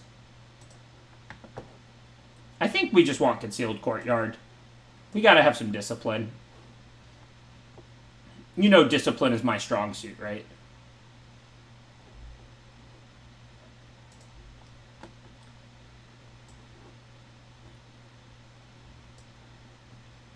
Easy eliminate, I agree. Shepherd or Gifted Aetherborn? Do we have any Shepherd synergy?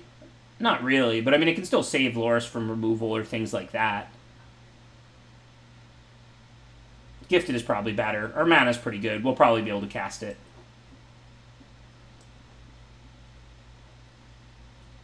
Okay.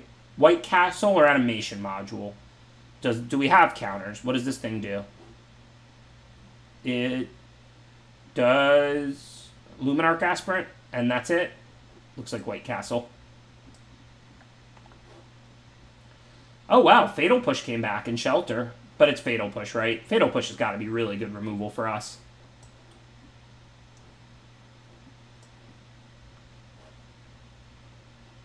This is a white cycle land, even if it's only 1 color on. I mean, Procession would be okay. We don't have that much token making. And so far, we can keep Loris in the companion slot, which is pretty strong. I mean, having a companion in Limited is a big game.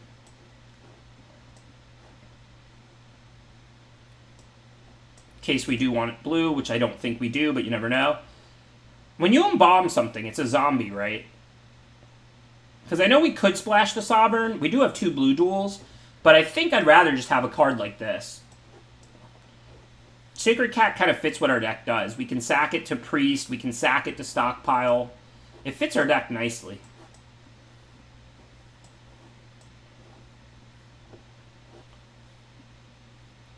Speaking of fits our deck nicely, this card is disgusting with Loris, right?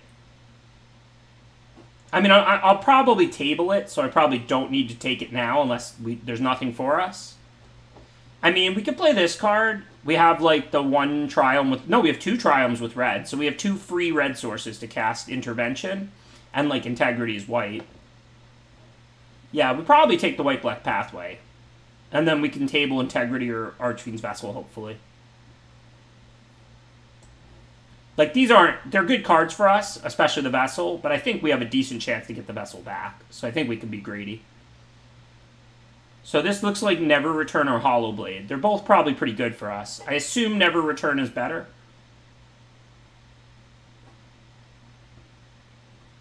Hollow Blade or Never Return? I mean, Never Return's pretty good removal. You get the Aftermath, too.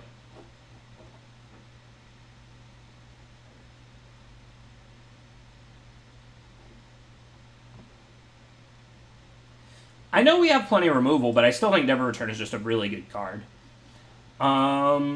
Ooh, Skeleton. That fits what our deck does. Little recurring Skeleton to sack to Priest, to sack to Stockpile. Don't mind if I do. Don't mind if I do. Yeah, I would play Cleric, but Skeleton has to be better. I think I would play Map or Cleric, but I think Skeleton's got to be the better card.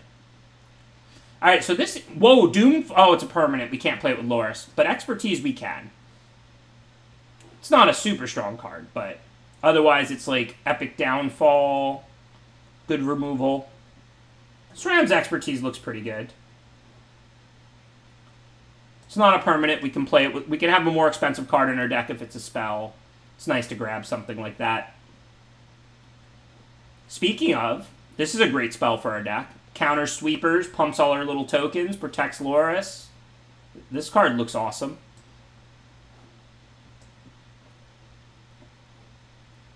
Yeah, I would play Fight as one if it comes back. I just didn't think I wanted to take it over the 4-mana SRAM's Expertise. This card is better than normal because we're not going to have many 4-mana cards because of Loris, but this is a spell, so we can play it.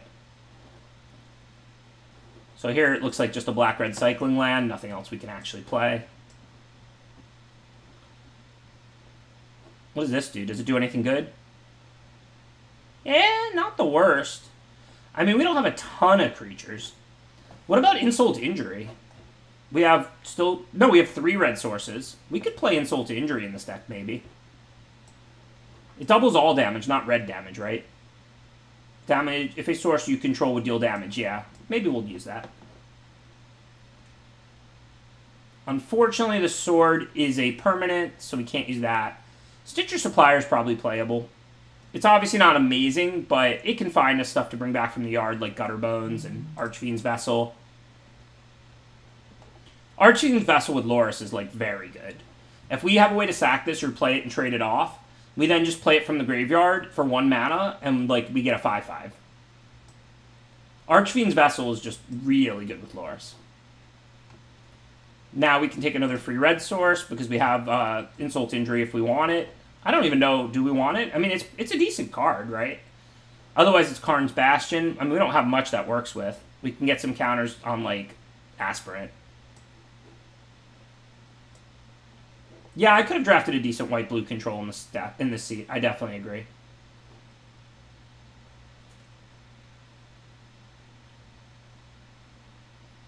Or a red-black sack, for that matter.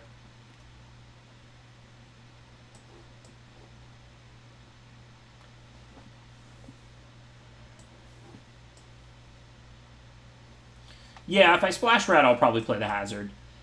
Is Insult to Injury worth splashing in a deck like this? I mean, it's a grindy deck full of small things. The card seems decent. I guess you have to have 2 red, though, for it to be really good, to play it all in 1 turn. But, I mean, you don't have to play it all in one turn. I don't know if it's worth splashing Insult to Injury or not.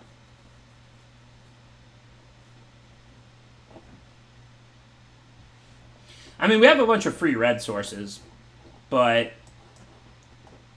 I don't want to stick any mountains in the deck.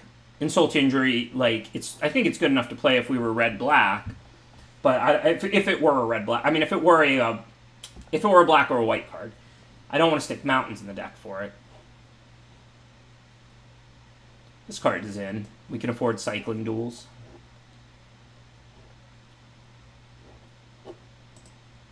So, let's see. Loris and the Companion. We worked really hard to do that. Maybe too hard, I don't know.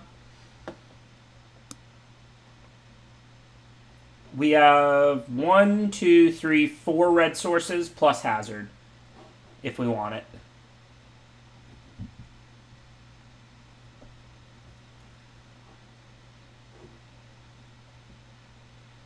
I mean, we do get it for free when we mill it. We don't mill ourselves a lot. We have the one Stitcher supplier.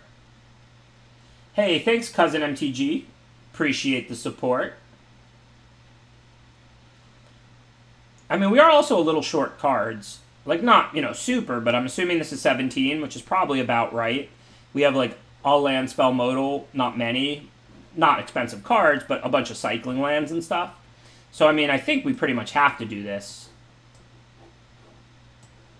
Because, I mean, that puts us to 40, so. I'm going to check the mana. I think 1 mountain is enough, or 0. I mean, obviously, Arena doesn't know these produce red. We have 4 red plus Hazard. Well, we have creatures with more than 1 power, right? Not, like, a ton, but this is a 5/5. This makes 2/2s. This is a 2/1. This grows things. It combos well with this card, potentially. +2/+2 to everything, and then double the damage. Gifted Aetherborn's a nice 2/3 Death Touch for it to double with.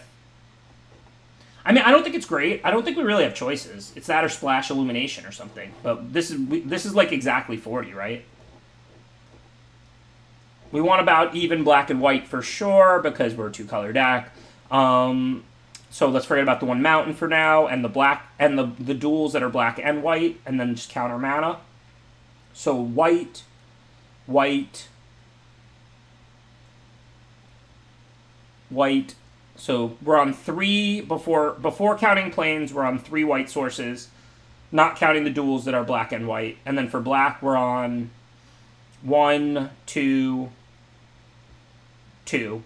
So not counting. So we need 1 more swamp than plains. So it should look like that. We still get 1 more duel. And we have more black cards than white, so if we get 1 more land, it's black. Alright, works for me. We have 1, 2, 3, 4, 5, 6, 7, 9 white sources plus a takedown. That's 10. And Maria's Call is 11. We have... Oh, and I forgot about the castle. And we have 4, 5, 6, 7, 8, 9, 10 black sources. Looks good to me. If Loris dies, then we keep casting cards. I mean, it's not like we have to have Loris out to win. It's not a combo deck. Loris is just a strong card. Because the thing is, even if they kill Loris, you should always 2-for-1 them, right? Because you play Loris, it resolves, unless they counter it. And then you get to play something from your yard immediately. And it's actually like a 3-for-1, because it's a free card, right? So, like, assuming you just play a 2-drop from your yard when you play Loris, even if they then use a removal spell on Loris, you're up 2 cards. Because you got the companion card for free, and you got the card back from your graveyard. So literally, it's like a 3-for-1, as long as they don't counter it, as long as they have to kill it. And if they counter it, it's like a 2-for-1, because it comes from your companion slot.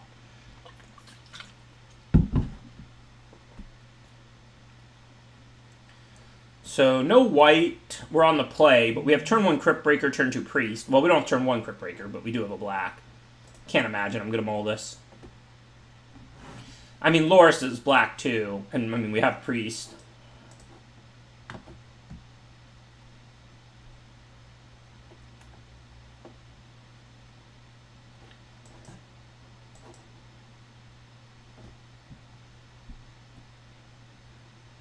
Oh, I have no idea how good it is either, Duke Leto. That makes 2 of us. Literally no clue. I mean, it's rough we don't have a plains. Hopefully we'll draw one. We have 11 white sources. But if not, if they don't have removal, we can get priest going too, so. Okay, so this turn, we can't play 2 things. So we can't use priest yet. So I think it's just hazard and skeleton. Use as much mana as we can.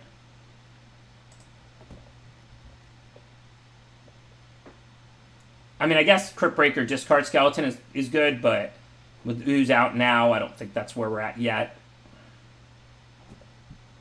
I'm probably just going to end up sacking the Crypt Breaker here. We can kill both their creatures. Try and draw white mana.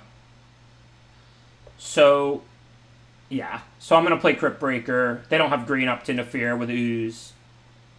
Oops, that's not Crypt Breaker. Then we can use Priest. This looks good. And then we can always buy back Skeleton and cast Never on the other creature. This looks really good.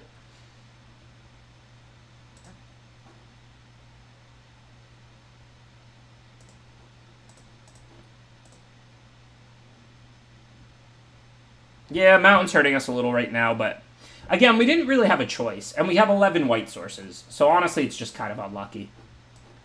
Alright, Never, even though it's a little more expensive, it's also unconditional removal. So I'm going to eliminate that. So, eliminate that. And then we can buy back Skeleton. You know, we all love value. I guess I didn't have to do that now, right? This is an instant. I can do this end of their turn.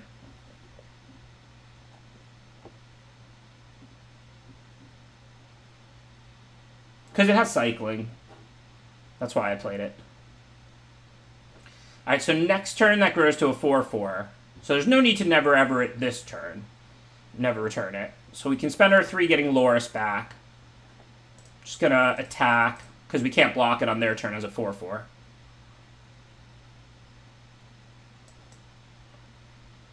And now we have our white online. So next turn we can play the cat, and then we can use the priest plus Never to clear the board so they don't draw 2 cards off the Rowan games. Even if they play a 4-power creature here. We can kill 2 4-power creatures. One with priest and one with Never. And if they have, like, removal for priest, then as long as they can't make a 4-power creature, we're good.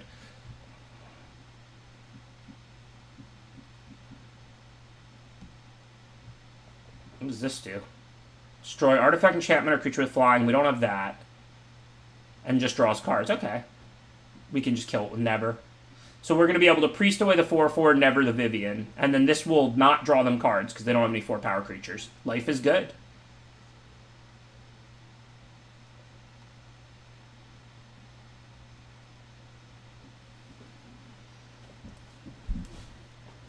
I mean, maybe I can just attack out the Vivian. I might... Oh, no, because I have to tap the priest and all of that. Because, like, if I gave +2/+2 to my 2 attackers here, I could attack Vivian for 6 and kill it without using Never. But I'd have to get to 10 permanents. So I'd have to go, like, land, cat. It's not going to be possible. But I can blow up their world. I don't mind spending the Never return. I have the priest to keep killing creatures. So I'm happy to spend the Never return on a planeswalker. Who cares? So we can go, like... Kitty, I'm sorry to sacrifice you. You know I love cats. You're doing good for me, though. I appreciate it. Oh, wait, I should attack first, right? I'm just missing a point. I mean, I'm not attacking Vivian because I'm not killing it. But yeah, I should just hit them for 1 with the skeleton. There's no reason not to.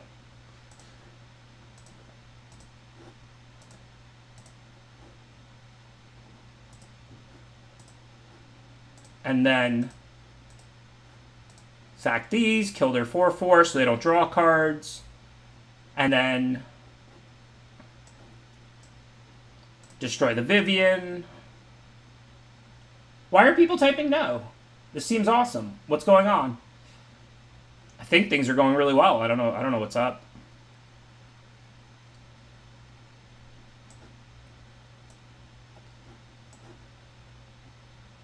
Yeah, I don't know what the no's are for.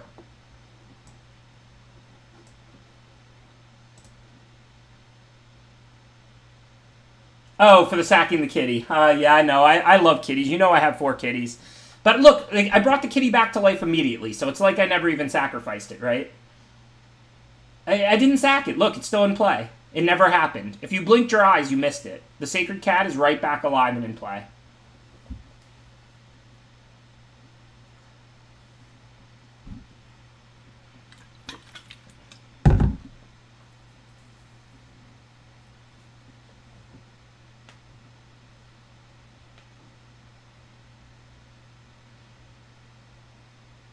Ooh, stockpile. Okay, so we don't have to have this out first, because it'll trigger during our end step, right? As long as we lost something. Like, it doesn't need to be in play when we lose the permanent. Now, we obviously don't want to sack Loris, so first we have to either bring back Skeleton or Crypt Breaker, and then we can sack the cat and whatever we brought back. I guess Crypt Breaker's a zombie, Loris is not, none of these are. So, does this do anything? No, not really. So I guess for now, let's just bring back the Skeleton. Because we have a lot of mana to work with because we're priesting also.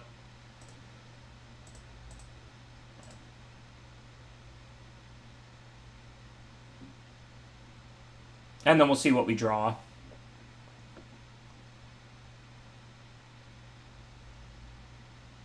This deck is so grindy, it's great.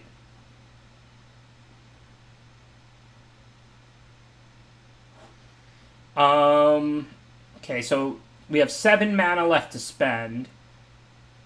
Nothing to return of meaning. Of course, we can still return just to get it out. We want to put the stockpile out because we revolted. So that leaves us 5. This can come in end of turn. Playing the Crypt Breaker over the cat makes sense, I think. So I think we'll just do that and this. Then end of their turn, we can bring back the Skeleton. That looks good. And we can cycle the Canyon Slow.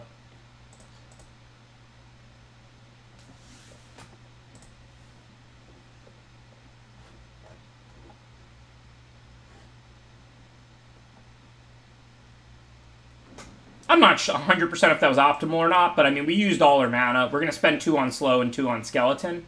Seems pretty good. Yeah, I mean, they're a green-white deck, so they probably couldn't stop me from untapping with Priest. But Priest has been totally busted here, of course. Alright, so cycle, Skeleton. I don't know. I don't know the optimal order to do things. I'm just having fun at this point. I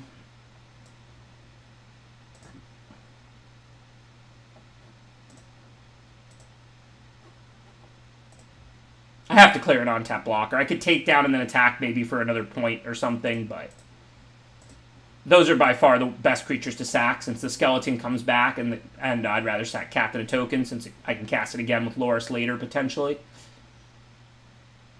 And then... oh, maybe I can just kill them with Pride. I didn't even think of that. They're at 9. 3, 5... yeah, so they're dead if they don't have anything. Alright, I'll try and lethal them. Make the chat happy, I'm sure. 2, 4, 7, 10. Yeah, we already have the city's blessing. The city is with us.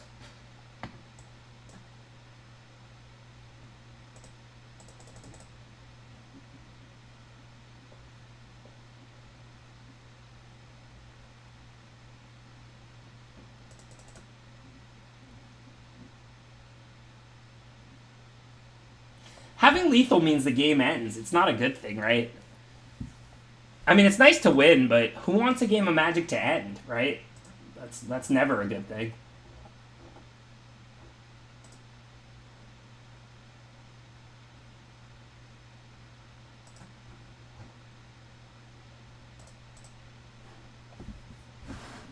Is this cube? Yeah, it is. It seems okay. People said this cube was really high-powered, but it actually doesn't seem that high-powered so far. I've seen, like, you know, creature decks and grindy decks. I haven't seen, like, you know, too much, like, early ramp into Planeswalker or, like, Reanimator. I mean, it's not, like, the actual power cubes with their Storm decks and stuff that are disgusting. This cube seems medium to me. I don't love it, I don't hate it. I mean, it's no Zendikar, but what is really, right?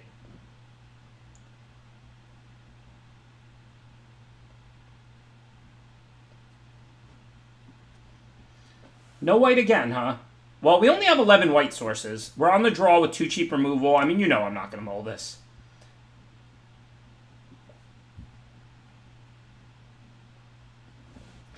I mean, I don't know why we keep not drawing white. We're playing a 40-card deck, and we have 11 hard white sources. Like, we have 11 cards in our deck that literally just tap to add a white mana. Because we have 2 white land spell modals, in addition to the 9 lands. I'm playing best of 1. But, I mean, obviously I'm not going to mull this on the draw. If we draw a swamp, we can always cycle this to look for planes. We have 2 cheap removal spells to buy time. Of course, Aspirant's much better if you get it out quicker.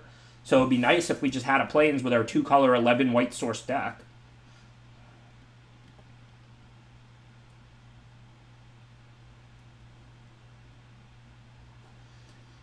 Alright, so if I play the Vessel turn 1, I can't guarantee I play this a 2-drop on turn 2.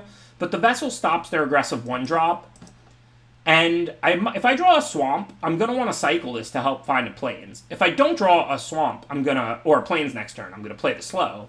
But if I do draw a Swamp, I'm going to cycle the slow so that I can double my shot at a Plains or get a Plains 1 card sooner. For now, I'll just Snap Block. This is just great.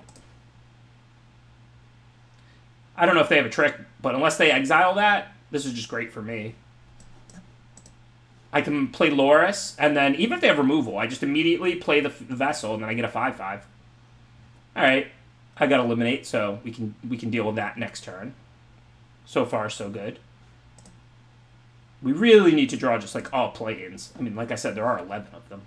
It's kind of absurd. Sweet. Now I don't know what I want to do, though, because if I buy back Loris, I'm 1 land away from playing a 5/5 flyer. I mean, I know it's like you always want to kill Planeswalkers, but I could also just attack that out. They don't have anything in the yard. Like, they probably have removal, but it's just hitting me for 2 a turn. I could play, like, Luminarch Aspirant and have Fatal push up. I could eliminate the Chandra, or I could buy back Loris. They're all reasonable options here. So I have 3 reasonable lines this turn. Aspirant, grow it, and I get to have push-up. Buy back Loris because I have Vessel in the yard. So if I draw 1 land, I can go Loris plus make a 5/5. Or I could just eliminate the Chandra and have push-up for a creature they play.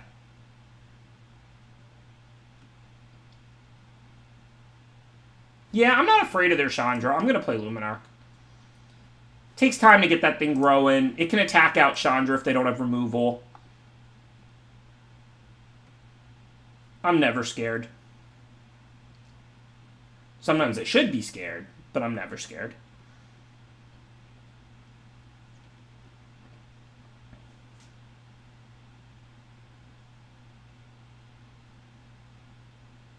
Yeah, but if they minus, like if they, like, you know, have removal, they have to play it from their hand anyway. If it deals 1, sure, they can minus Chandra and kill Aspirant, but who cares, right?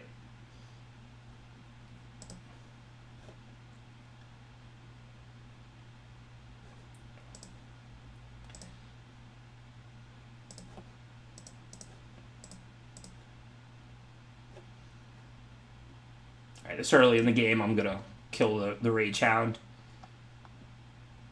Because that could have blocked the Aspirant. Even though I can't kill the Chandra with the Aspirant right now, now I'm definitely just going to attack it. 3 of the 4 loyalty gone, and I don't even have to spend removal. I think this turn is pretty clear. Because now I have land, and remember, I'm playing a 5/5 from my graveyard. A 5/5 flyer. I'm not playing a 1/1. So I'm pretty incentivized to get this going as fast as possible.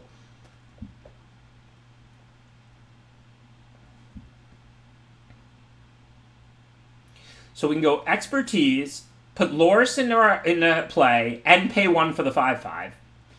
So this is like the sweetest turn ever. First, let's attack Chandra. I hope my red-white aggro opponent has Wrath, because if not, good luck.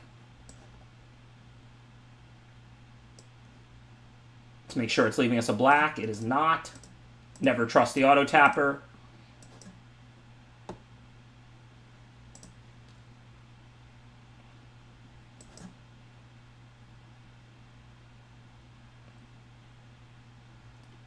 Not the worst turn of Magic. Well, I'm assuming they don't have Wrath because they look to be like a white-red weenie aggro deck, so they wouldn't play draft or play Wrath in this deck. And then they'd have to top deck a Plains even if they had it. But it's highly unlikely a white-red weenie deck is going to have Wrath of God in it. So I'm not scared of tapping out this turn.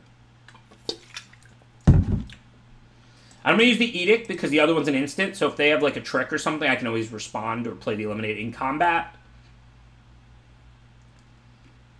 5, 10, 13. Well, I don't have lethal. What if I play the formations? 5, 10, 13, 16, plus 5 is 21. So if they have nothing, it's lethal. But there's no way they're going to exile all the creatures on their turn. I can play around Settle pretty easily. So I don't think I want to just go for lethal with formation. I can just, like, you know, let them kill something or take a million and then kill them on the following turn, right? Because, like, if they have, like, a removal spell and then they untap and play a sweeper, I know I just got done saying how unlikely that is, and it is, but it's the only way we can lose, so now we're thinking about it, right? Yeah, I know they can't settle, and next turn, if they play a Plains and pass, obviously I'll just play around Settle, so... You know, I'll attack with, like, one creature, 2 1/1s, or a 5/5, or whatever. I'm pretty sure this game is unlosable. Now, while I think it's highly unlikely they go Plains Wrath, because they're a white weenie deck, last turn, I didn't play around it because I got all my creatures in play. This turn, I can play around it, because they have no board. They're dying if they don't Wrath, so I might as well play around it. Cool.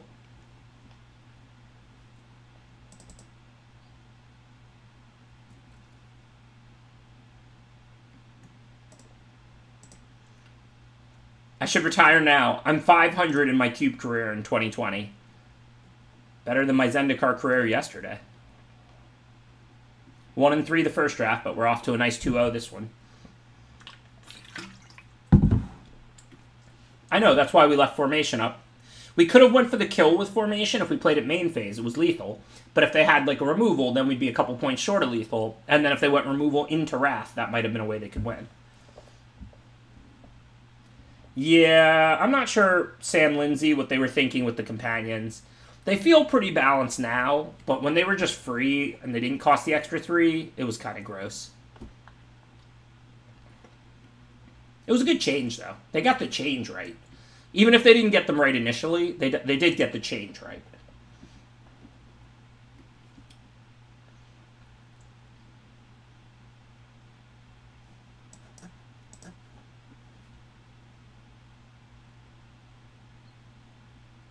Dolores Mirror. Well, we have Eliminate and Takedown. Granted, a red-black deck probably has plenty of ways to kill our Loris also.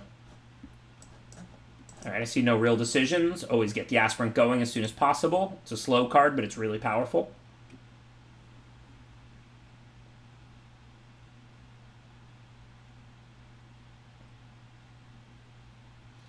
Well, I expect them to kill it. If maybe that's their only removal and then they can't kill Loris, you never know.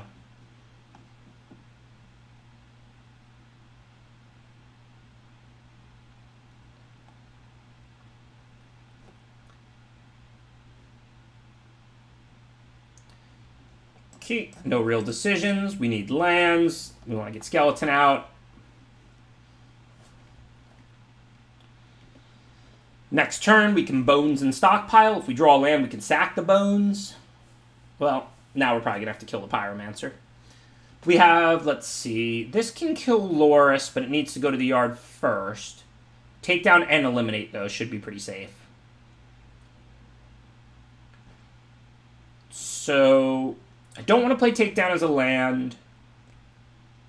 I don't want to let them on tap with Pyromancer and get free 1/1s.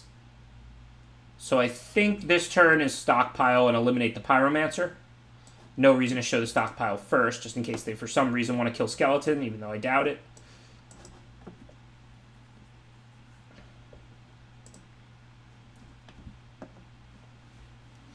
Then next turn we can always buy back the Gutterbones. I mean the Loris and play the Gutterbones. That's pretty annoying.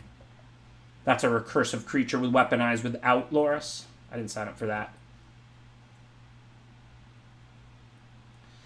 Alright, so with 5 mana, we can bring Loris out, play Gutterbones, and sack it to stockpile. That looks good to me. I think that's all we're going to do. Should we attack with Skeleton? Nah, it's better to block their stuff, even though we're getting a 1/1 servo. So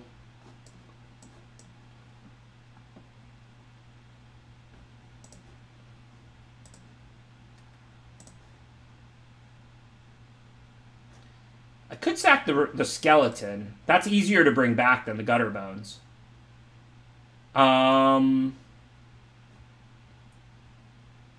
Yeah, let's just sack the Skeleton, actually. That's better. I don't need the blocker. Like, I'm getting a servo. I'm still at 18. I don't need that.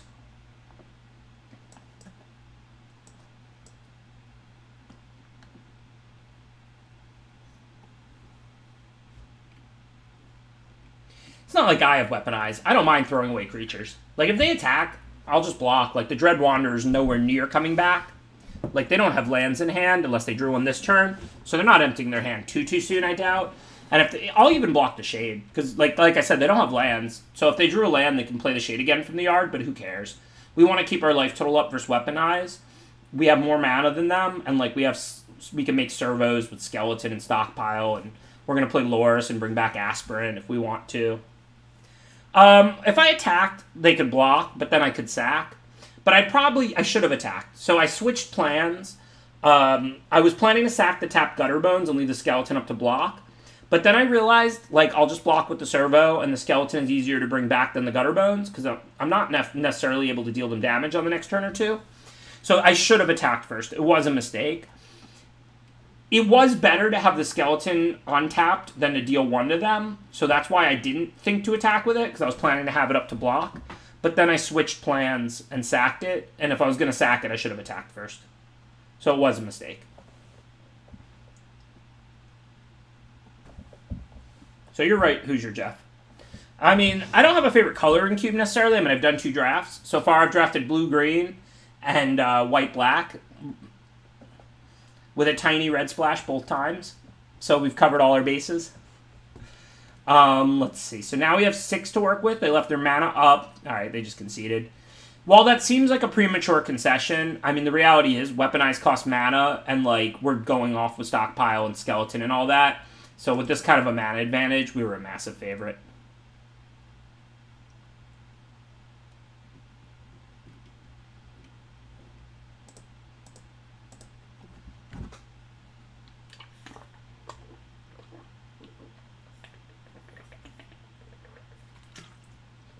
Will the real Loris please stand up?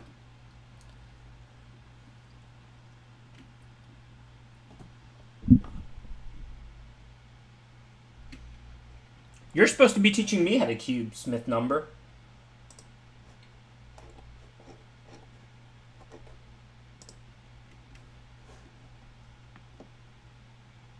Yeah, well, if they drew lands, then it's a whole different game. Because they have to draw lands instead of some spells, right?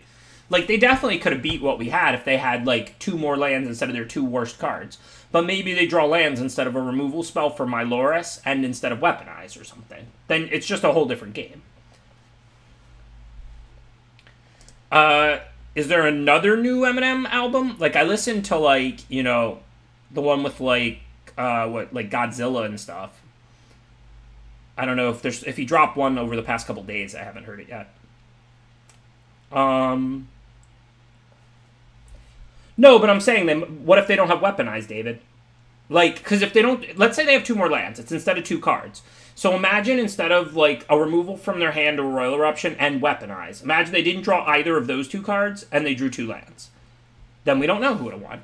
That's why it's a whole different game. I'm not saying they couldn't have won if they drew more lands. I'm saying it depends what they had and what they drew the lands instead of. Okay, so we have no realistic plan for Hazard, but we probably want to play turn 2 Aetherborn. So for now, I think we just put this in play tapped. I'm not saying you're wrong. I'm saying it's impossible to know. Because if we do draw a red source, they have 2 good targets for Hazard already. No, I can focus and I basically don't even hear the music in the background. But I don't play background music because, like, you can play background music if you want. Also, a lot of streamers have been having their stuff, like, shut off and whatever because of it. But really, I just think, like, it doesn't really make sense because, like, you can play music on your computer at whatever volume you want or whatever and listen to me. So, like, why would I put on music? So you have to hear me over my music and you have to listen to my, my music or whatever. Yeah, they're nowhere near Outcast. We have to kill Pyromancer now. I'm just going to immediately eliminate Pyromancer. Can never really let people make free 1/1s. We're a grindy deck. While Outcast is a good card, I mean, who knows how many lands they drew. If they get stuck on 3 or 4, we don't have to worry about it. If they play land 5, turn 5, then we'll see what we want to do.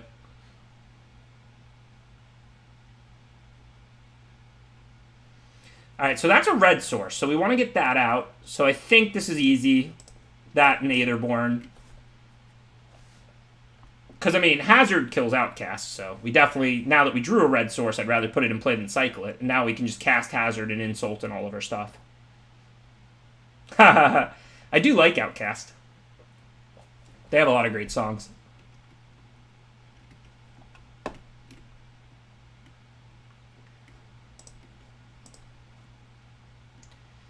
What are they going to do? Oh, they could play a land. Because, like, I'm like, I can block and gain 2 and take 1, and it's +1. But, they could start sacking those to weaponize. So I do need to kill this Chandra.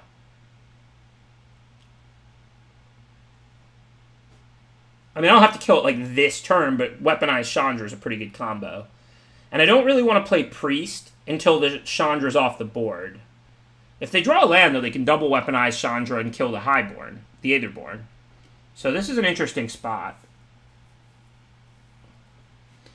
I mean, I could just cast Insult, and then they have to chump, or the Chandra dies. And then I can hazard the other one. I think that's the best I can do this turn. Because, I mean, there's no way for me to guarantee kill it or anything.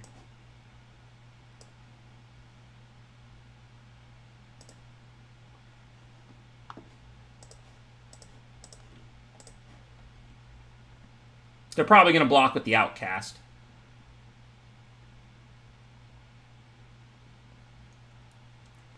I mean, I didn't really want to hazard first because I'm just giving them information. That could sway their decision as to whether to chump or not. Probably wouldn't, but it could. Death Touch doesn't work on Planeswalkers.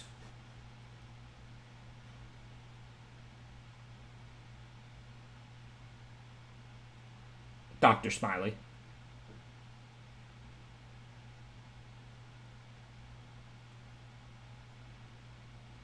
Okay, so we can SRAM's Expertise. We can't play the 2 to a creature if we do that, but whatever. SRAM's Expertise and Stockpile looks good. Maybe even just play Priest. I mean, they'll get to weaponize it probably, but if that ties up their turn, we have a lot going now. So I think I'm going to attack... this doesn't deal 2 to a Planeswalker, does it? Oh, wait, it does! Wait!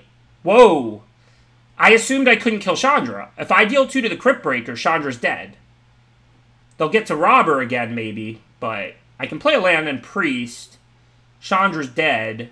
So for them to get to rob her, they have to play both. I'm only going to have 1 card in hand.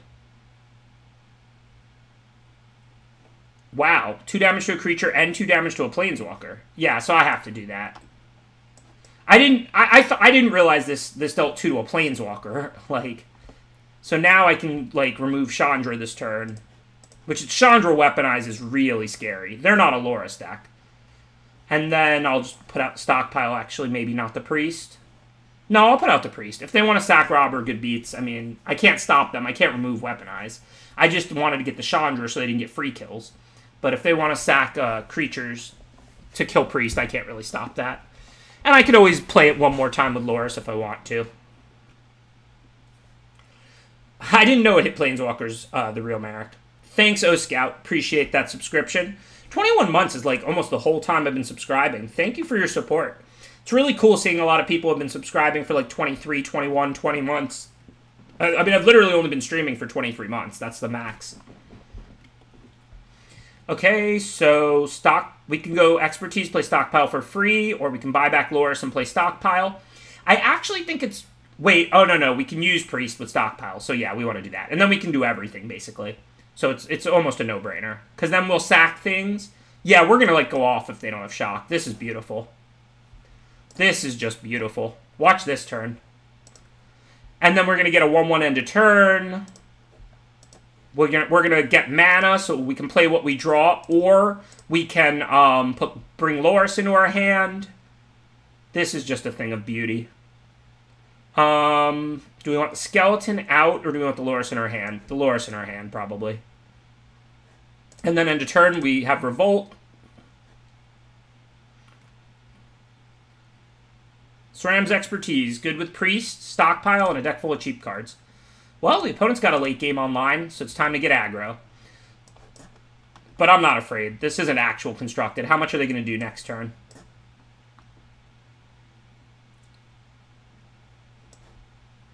Oh, how many black left? Okay, whatever. Oh, I could just use Priest. Actually, I should. Even though I'm not killing a creature, I'll be making a 1/1 via Revolt and drawing a card, and then I can place Assembly Skeleton that way. So let's just attack for 2. Well, this comes into play tapped. But it's still worth it to Priest them. I'm only really losing 1 creature, because I have the Stockpile. And I get a card, and they take 2. And then I can play the skeleton. I didn't play this turn perfectly. I didn't realize that that I didn't have black to play skeleton. That's where I messed up. Alright, I'll draw that. Still not bad, but... Most of what I did was right, but like I could have sacked skeleton and a 1/1 instead of 2 1/1s to the Priest. The only reason I didn't do that was, like I said, I thought I was casting Skeleton and attacking for the max. I didn't realize that I didn't have a black, which might have been me, might have been the auto-tapper. I don't know if it incorrectly tapped 2 black unnecessarily. Yeah, it did, because Loris is... I could have tapped, like, white for Loris.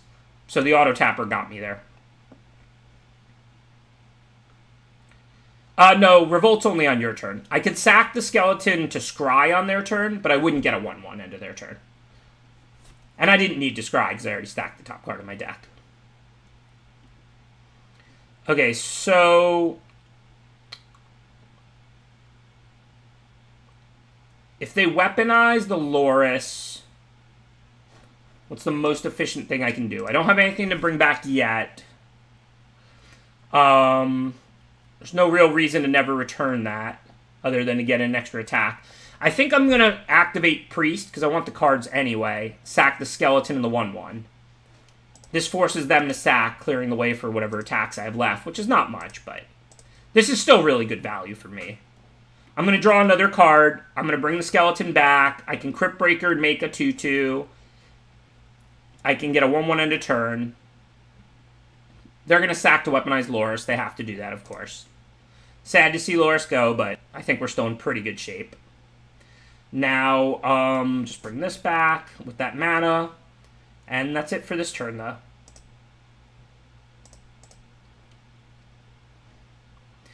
We can probably kill them next turn, depending on what they do here. We have removal plus pump our team +2/+2, and we're making a 2/2 end of turn. Or at least come close to it.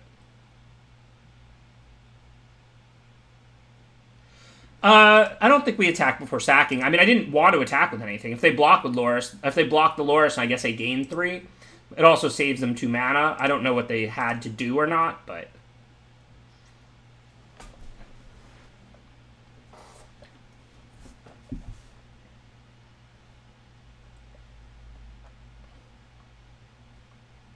so I could Pride and save it, but I think I'd rather just deal them 1,000,000 damage, so I might as well sack it to Scry, if I'm not going to Pride and save it.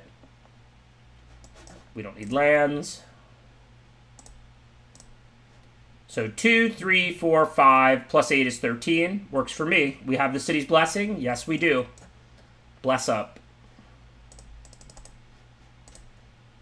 This deck is sweet. Not bad for my second ever cube draft, huh? Not lifetime, but second in... I literally don't think I've done a single cube this year in 2020 before today. Second cube draft... second draft with this cube and second draft of 2020. Second cube draft of 2020. Oh, yeah, I forgot to sack the Loris to Scry. You're right. I already had the Revolt and all that, but I still should have done it.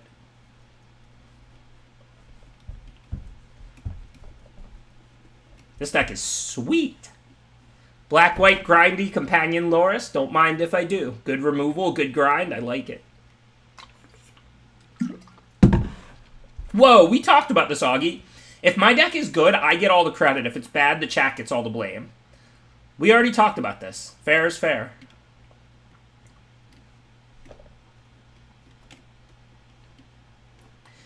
Looks fine. Yeah, chat made me waste my second pick. Although I would have took the Mirius call, which tabled anyway, so it didn't end up mattering. Alright, so I think this is a pretty clear turn one, because even though we'd like to get the cat out, we'd have to draw an on-tap land for the Aspirant. That's just unnecessarily greedy. Now, even though I do want to bolt the bird, not more than I want to get the Aspirant going. So now we're going to get the Aspirant going right away. This is fun. I mean, Zendikar is a better limited format than this, but, like, this is fun. It's grindy. It's interesting. I should have played the Edict last turn. What did I do? Alright, so now I can play Courtyard and just get back Loris, make Aspirant a 3/3 and attack. Also, if they do chump with Skeleton, they probably won't, but if they do, then I can Edict them. Oh, I can just take down the Llanowar for one. That's probably a better play. And play Cat. That looks better, because I do want to bolt the bird in the early game here. Not more than I wanted to get the Aspirant growing, but, like, there's a lot of value in killing, like, a mana producer this early, and I can still use all my mana. So I think this is a pretty clear turn. Chainer's Edict or Takedown, even though Edict won't work that well against Skeleton, potentially. Takedown's only killing small things. They may have big green things later. I'm not worried about them putting the Skeleton back into play. Like, so I think I want to just take down the 1/1 while I can.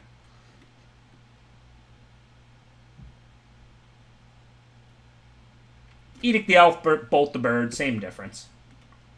We're getting pretty far ahead here. So now counter on the cat, attack with both, and then we can Edict that and cycle to slow. Sounds good to me. So if we're going to do that, let's start by cycling the slow, see what we get. I guess if we're going to Edict it anyway, we might as well play around a pump spell.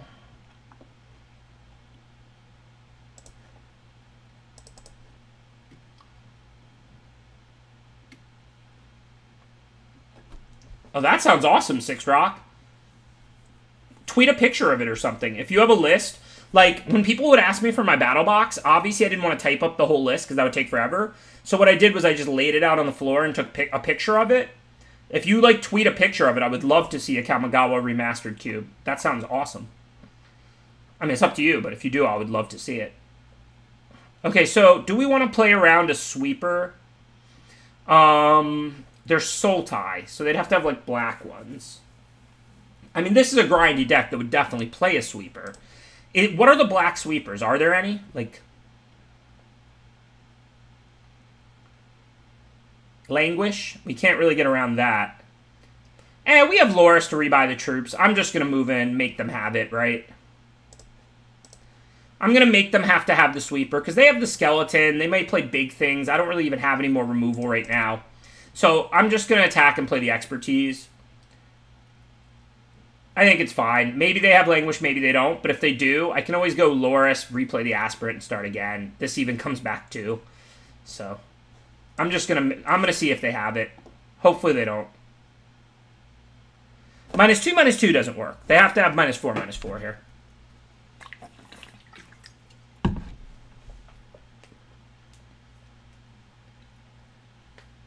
I mean, this isn't constructed. Even if they have it, they have 1 in their 40, so they're like 25% to have it or something, right?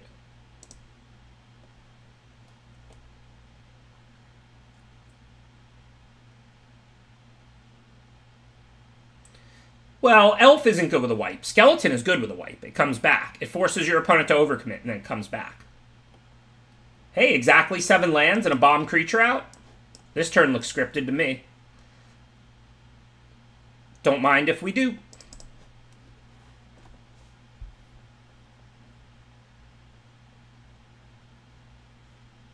Yeah, I wasted the expertise being free, but I played this aggressively, and I mean, you know, they still have all these cards in hand, but if they don't have a sweeper, we're winning through aggression while they still have 3 cards in their hand.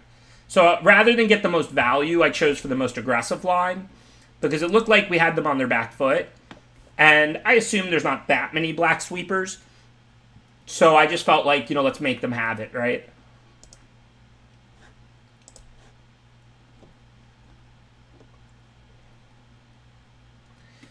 Whenever people have it, people go, oh, you played bad. But listen, a lot of times in Magic, you just got to make your opponent have it. Like, if they, like, are playing Constructed and you know they have 4 of the card in their deck and they have card drawing, that's a little different. You know, if they went, like, Omen of the Sea, 1 top, 1 bottom, and then, you know, they're playing 4 copies of Wrath. But, like, that's a Sultai deck that would clearly play a sweeper if they had it. But, like, what, maybe they have 1? And they saw like about a quarter of their deck there by turn 4 or 5. So like, you know, they're if they have 1 in their deck, they're 27% to have it, and that's if they even have it. All right, so let's just get the castle into play tapped. We can decide on the Mirror's Call later after we see if we draw lands or spells. For now, let's just put out our cards. I mean, listen, Magic is about playing around things when it's right and not when it's wrong. Like, it's not an always or never. But I will say this. I think people lose more games playing around things they shouldn't than they lose games playing around because they didn't play around something when they should. I think in Magic, it's much better as, like, a baseline heuristic to just play into things and make your opponent have it than it is to play around too much. Now, by no means am I saying don't play around everything or anything. Of course, you see me play around things all the time. But I think the default should be more to get the most, like, to do the most you can and to make people have it. And then when you realize you can really reduce the effect of something, you can afford to play around it, etc., you do. Alright, so what do we want to do? We can get Loris in hand, I mean, or we can double the damage with Insult. I mean, this game we're a little flooded, we don't have much going, we're going to have to play defensively. So I think I'm going to just grab Loris. I'll trade Priest for the Pyromancer, and then we can play a land, like cycle the pools, and then we can play Loris and play Priest again. I mean, hopefully a red aggro deck doesn't have that good a late game, and we can win with 2 4/4 Angels. Because, like, we have Settle, like, this is a removal, Loris is, you know, like a 3 for 1. So I think we have to play this game as more of a control deck after playing the last game as a straight aggro deck.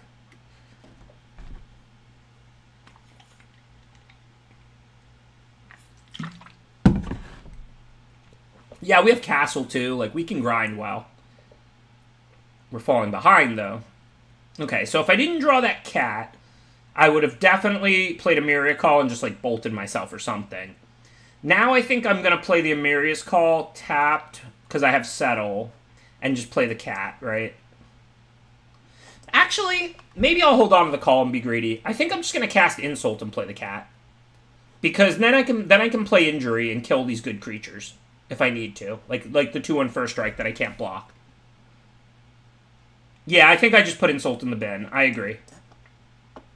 I'm a lot less scared of getting run over now that I drew the cat. Because even if they have removal, unless it exiles it, I'll play it again next turn for another 1-1. I was kind of scared about getting run over. Because, I mean, this is 7. This is a mana-intensive card. And this I don't have double white for yet. So I was starting to get a little nervous. But I think the cat is going to make it hard for them to run me over.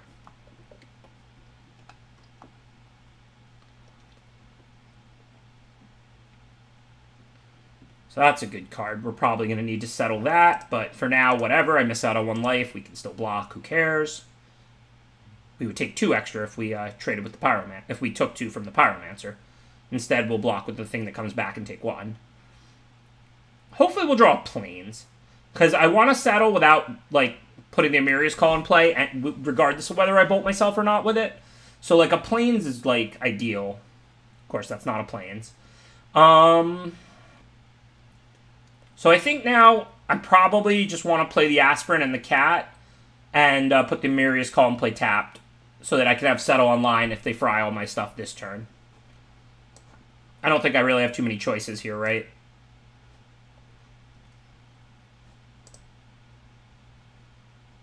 Which one do I grow? Does it matter?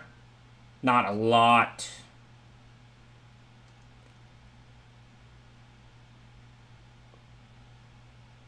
No, not really. So I'll grow the aspirate.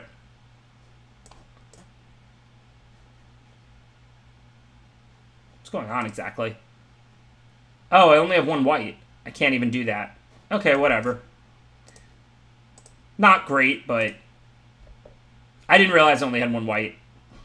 But that's alright. I should have realized, given I'm playing a Mirror's Call so I can settle, but good beats. So I have to take 5. I'll cycle the pools, and then we'll see what our options look like next turn. Embalm exiles it from the yard and gives me a 1/1. Well, that's not good for me. Assuming he can't attack this turn, or they don't play around settle, though, that'll be potentially okay. This game will probably come down to what they have left and if we get them good with settle or not.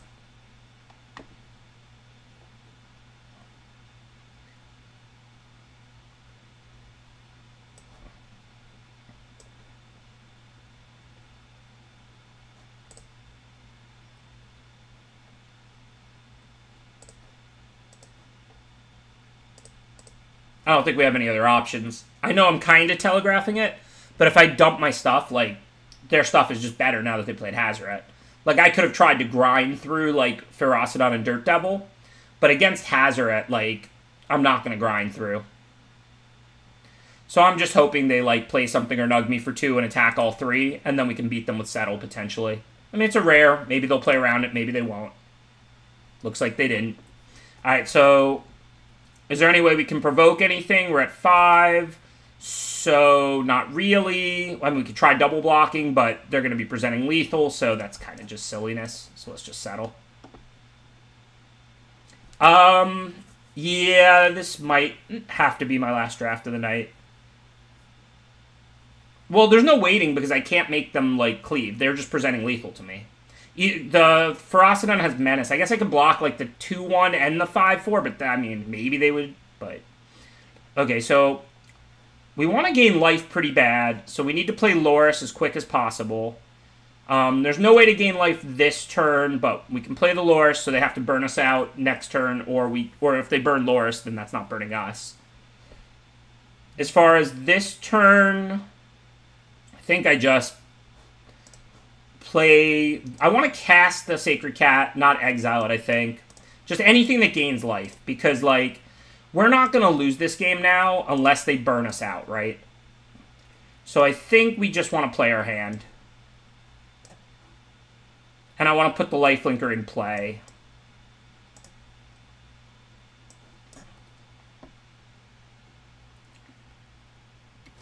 Good game for who? Do you have 5 or not? I have no idea which one of us has won or lost. Oh, it's them.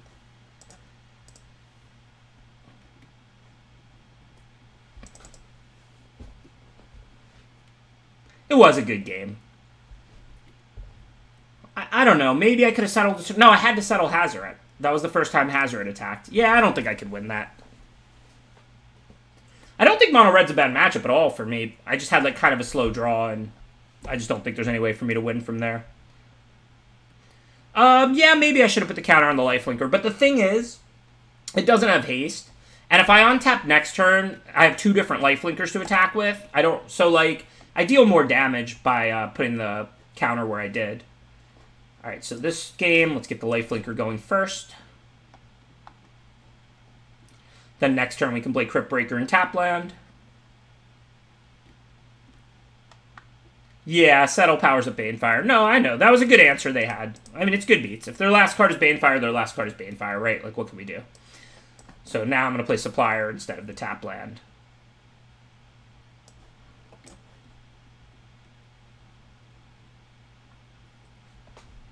They had a good deck. They had a good deck. They had a good draw. I had a medium draw, and it was a good game. Nothing to complain about. So we can't do much, but we can Crypt Breaker. That gives us 3 zombies to start drawing cards. That's pretty sweet. So which land do we play? The Temple or the Hazard? I guess we have 1 other red card, so we might as well play the Temple. Because if we draw a different red land, we'll want it. As good as Aspirin is, we just want lands more at this point, I think. So I think we just bottom it. See what they do. I'm not sure what I'm going to discard to Crypt Breaker. I'm definitely going to make a zombie, because if they don't kill anything, I can draw extra cards. Whoa. Well, I guess I can just never that. Alright, so the only question is what do we discard? Now that I want to cast a 3-mana card next turn, I could discard Hazard. It's the weakest of the cards in my hand. And then I'm going to draw an extra card with Crypt Breakers, Supplier, and the Zombie. And if I draw a land, I can go Expertise, and then never the Phyleth. If I don't draw a land, I can still never the Phyleth, so it's not, like, a huge deal. Alright, so... Tap 3 on tap zombies, draw extra cards, life is good. Sweet, we got the land. So now we get to go Expertise,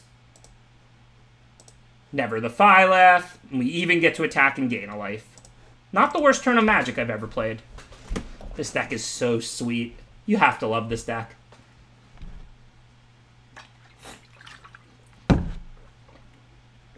Sam Black would approve of my Crypt Breaker, Loris, Embalm Creatures synergy deck. I guess Takedown, but Takedown's going to kill things that are even bigger, and it's only 2 mana instead of 3. And I don't have a ton to do. I might end up returning for a 2/2. The only reason to Takedown there instead would be if you're worried they're going to, like, sweep the board, which maybe they are, but, I mean, they have 5 plant tokens they'd be sweeping, too. But, I mean, Takedown's like a 2-mana instant and returns a 3-mana sorcery, and they pretty much both kill any creature at this point.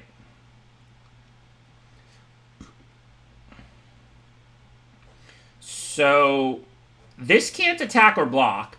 So if I do take down the Llanowar Visionary, I can then attack with everything, right? So that just seems like an automatic play here. So if we're going to do that, let's cycle the pools first, see if we get any better options. Nope, that doesn't change anything. Although it is a good draw, but for now, I think this is a pretty clear play. That removes their only blocker with power, and then we can just turn our creatures. Hey, what's up, Corey? Some numbers. How you doing?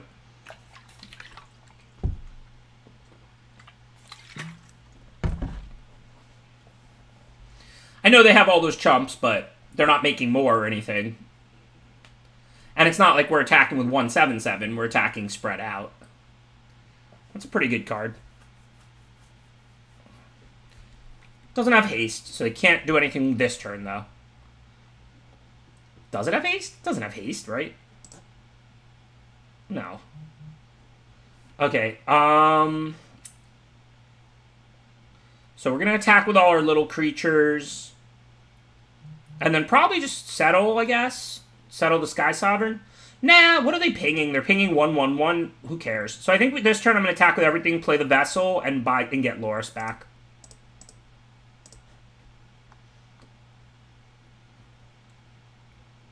They actually couldn't... Yeah, they could have crewed this and blocked with that.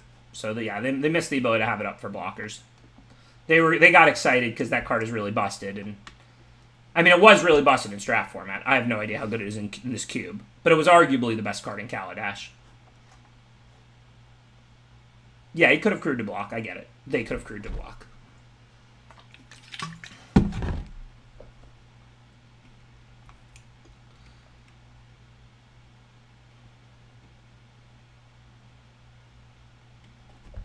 Okay, I'm actually happy to have the Vessel die.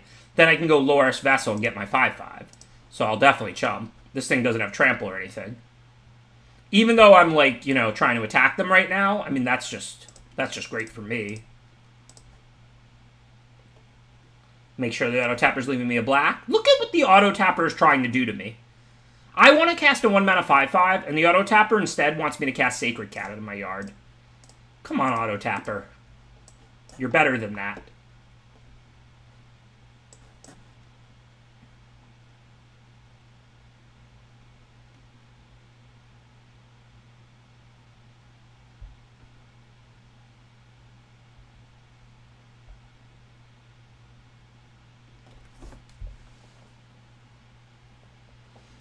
Yeah, I know. They have to be able to program the graveyard into the auto-tapper, like, you know, when you have cards that unlock your graveyard, but I know that's complicated. So I assume that's going to fight Loris. Well, I guess it doesn't have to. They have Sky Sovereign, so we'll see what they want to do.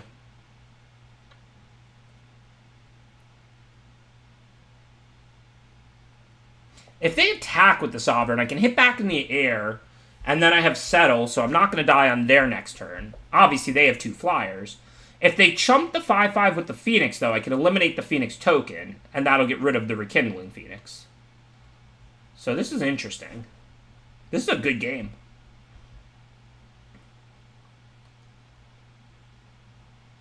So I could trade. It doesn't have haste or anything. I mean, first strike or anything.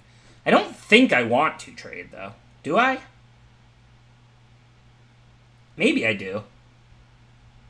I mean, I can win the grindy game pretty well. Oh, I could return the Phoenix. I don't even have to eliminate the token. Am I going to die next turn, possibly, though? If I don't leave Settle up? So I go to 15. Let's assume the Phoenix goes away, and I get a 2/2. I have these 3 1/1s. The Ronus doesn't give itself trample, so it's like 9, 11, 13. I think I can afford to take it. I might accidentally die because of this. I'm not sure about this line either way. My hand's pretty good, so I kind of want to play the more defensive grindier game. But also, like, I think this line is pretty safe. There might be ways they can win. I don't know all the cards in this cube. But overall, I think this is pretty safe. Now I get to return the Phoenix. And then on a later turn, I can eliminate the Voracious Hydra. Can't come back if it's in exile.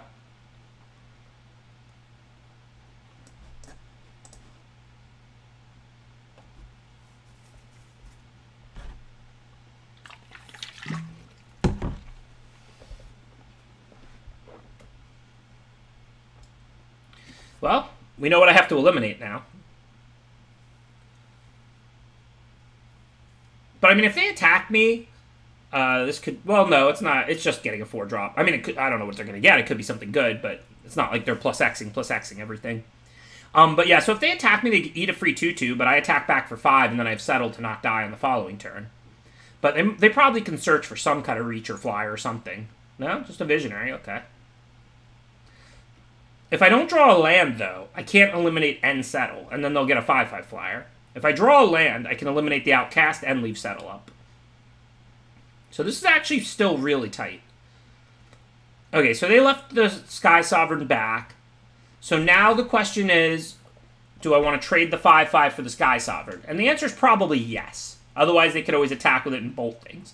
So I think what I want to do now is just Fatal Push the Outcast, but I'll do that post-combat, and attack with the 5/5 into the Sky Sovereign. And then I can play the Stockpile, get my 1/1, Fatal Push the Outcast, and that's that. I don't have a way to kill Sky Sovereign. This kills 3 or less. This kills 4 or less at best. But I can win this game as, like, a control deck or whatever. Like, I mean, you know, I have Stockpile going now, Settle in hand. Even though the Loris is gone, I still have a lot going.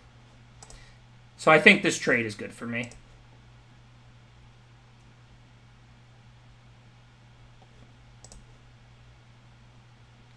Well, I'm still just going to push the 1 mana card, I think. But now I can also play Stockpile, trigger that. And then I have either Eliminate to use during combat or end of their turn, or I can bring back Skeleton. I don't think I need Settle up. I mean, they're not 15ing me through Eliminate here. What does that do? Their creatures get +1/+0, or they can fight. Not great, but not the end of the world, I don't think.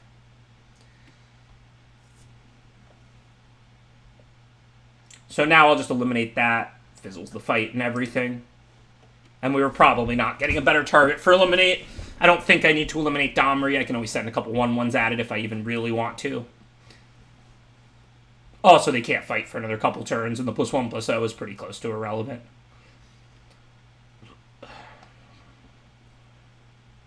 Okay, let's see. So for this to be able to attack or block, they have to pump the Llanowar Visionary, but then it can. I can kill Domri if I send, what, 4 1/1s at it, but they'll get to eat 2 of them.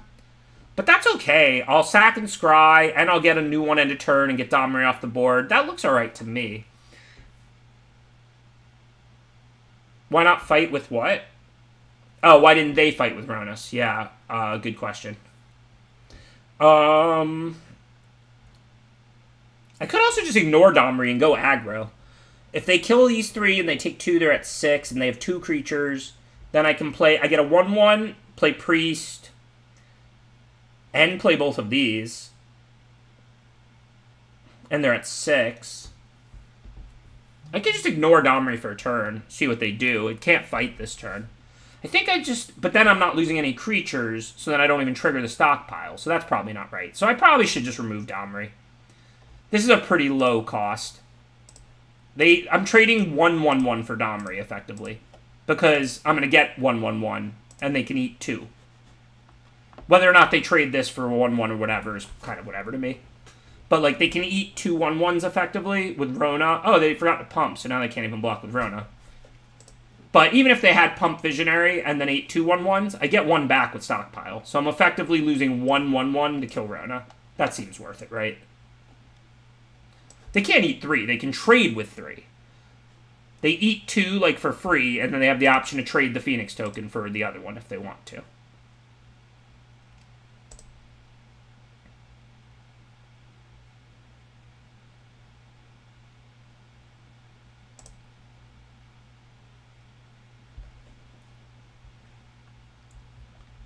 But this is fine. Ronus doesn't give itself trample, so if they, like, double pump the Visionary and attack with both or something, I can just chump the Ronus, and I'm taking, like, just from the Visionary. We should grind out a win unless they draw something awesome. Okay, that's good. So, whichever one they sack, I'm happy, right? If they sack the Visionary, the Ronus can't block. If they sack the Ronus, then they're down to just the Visionary, so... Go ahead and Edict pre-combat. Because if they want... Ronus is the better card, but if they sack the Visionary, then they can't block. So we do it pre-combat, basically make them sack the Ronus. And then I think I just attack with everything, because, like, whatever they block, I get back from stockpile. I could scry 1 or gain 1. I think I'd honestly rather just gain 1. I don't know how they could win, but it would have to involve dealing me lethal this turn or something. So I think I'll just let that die rather than sack it, because it has lifelink. So I'll get an extra life this way.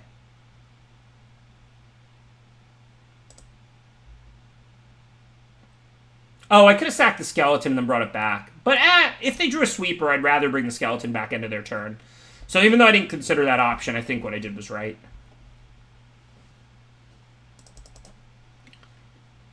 I mean, we were winning. Like, if I didn't draw Edict, I would have still just attacked with everything.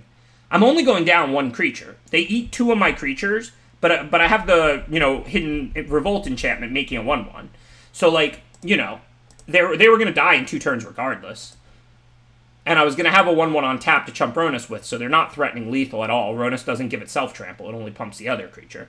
So, like, yeah, the Edict was a good draw. I'm not saying it wasn't. But even if I drew, like, a land, a card, like a non-cycling, just a land that did nothing, I still would have attacked with, like, my 7 creatures. They would eat 2 and go to, like, 3.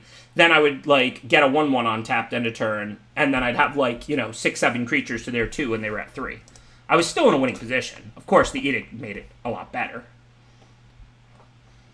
Alright, so we can cycle the pools. Calls are only white source, so I think we put this in play. Even though it's a powerful late-game card, like, I don't want to hold it forever. And I'm not that worried about Flood. I mean, I have the pools, and I have a lot of cycling lands. No best of 3 today. I wanted to play more different decks in the cube. Kind of see what people are drafting and stuff. Okay, we'll just bring back Loris, I guess. Use all 3 mana, not just 2 that way. Guess we could get a tap land in play, but our life total's not under pressure. I don't really care if I shock myself with the Foundry at this point.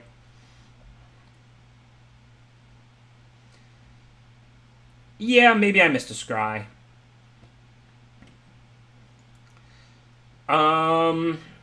So we can kill that, but it would require using 4 mana. That's not very exciting. I guess I want a Stitcher Supplier so I can see what I get. I'm not, like, super scared of this veto right now. I mean, it's a potentially scary card. But I have Loris in hand, so let's see what we mill. Alright, nothing useful yet. So I think tap land, cycle the pools. Again, we'll see what we have to work with. Not really a great turn, but, I mean, I'm not really under pressure. I couldn't Blood Chief's Thirst it for 1. I could have, like, spent my whole turn Blood Chief's Thirsting that, but that didn't seem necessary. Like, for now, I can just take 2 damage and they can gain 1 or whatever. Who cares? This doesn't even have lifelink, so it's just take 1.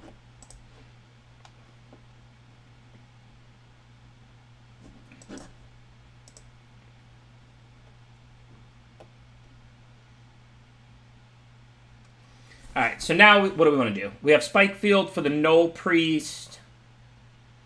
We can push Veto if something dies, but not right now. I think I might play this slow. I think I might just Spike Field the Null Priest and hit for 1 and just keep grinding.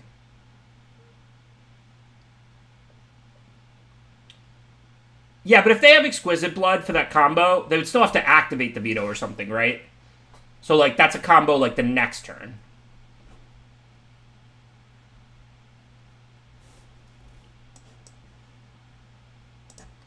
Even though we could kind of use 1 more mana in play right now, I'm going to be greedy because we might flood. We never know.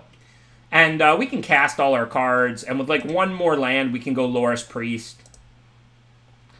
No, we don't necessarily want the supplier to go to the graveyard. Like, it has value in play. We can sack it to the priest.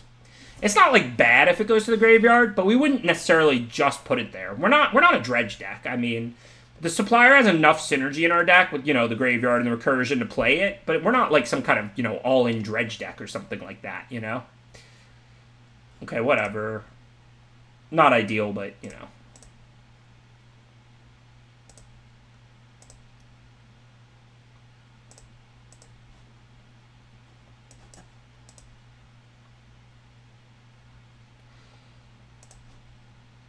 So now, tap land. I think it's about time to Blood Chief's Thirst the Veto.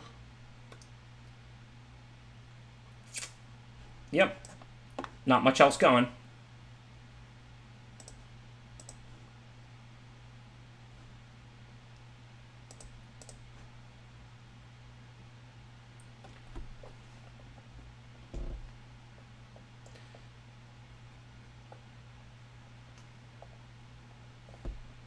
So now, do we chump or take it?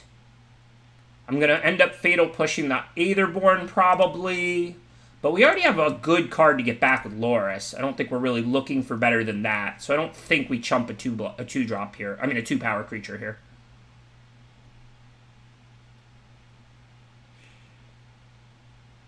So, yeah, this turn is Loris Priest, I guess.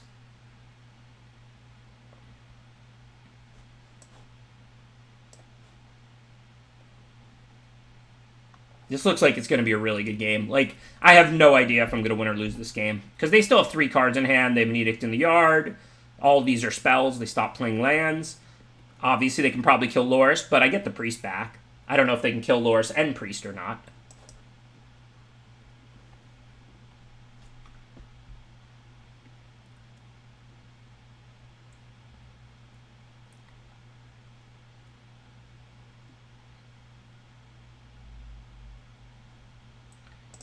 Not a good sign. If they didn't have a way to kill Loris, they would almost certainly not have just killed Priest. So that was really bad. And now they can get back Veto with that. This is not going well.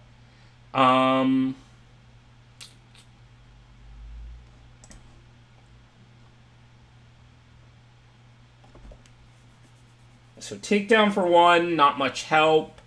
I can't even settle next turn because of the Conquer's Death. I mean, I can kill the 2/3 and take 2. It's not that big of a deal, but do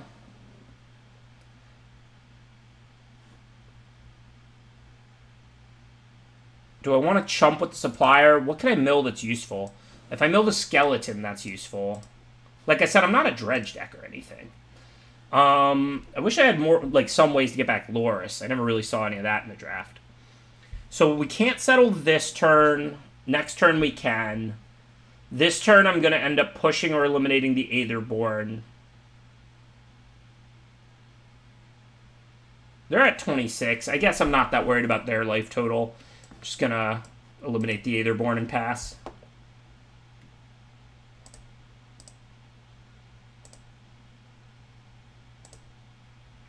Conquer's Death's a really good card.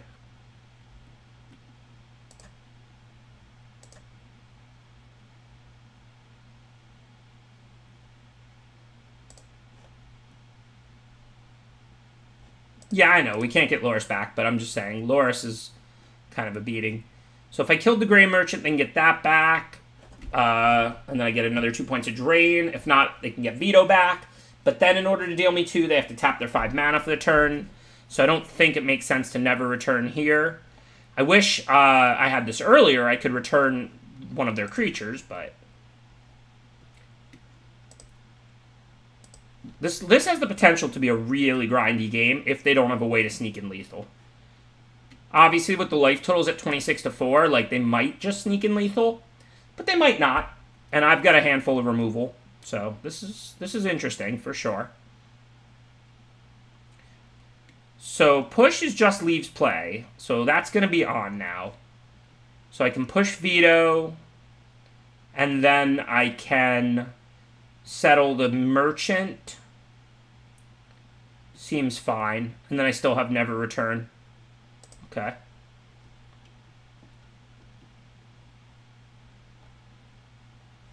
Oh no, I couldn't push it before that. It would trigger regardless, because the creature's not gone. But I'm down to 2 now, but I am going to push veto. I lost a permanent this turn. So hopefully they don't have some drain for 2 effect.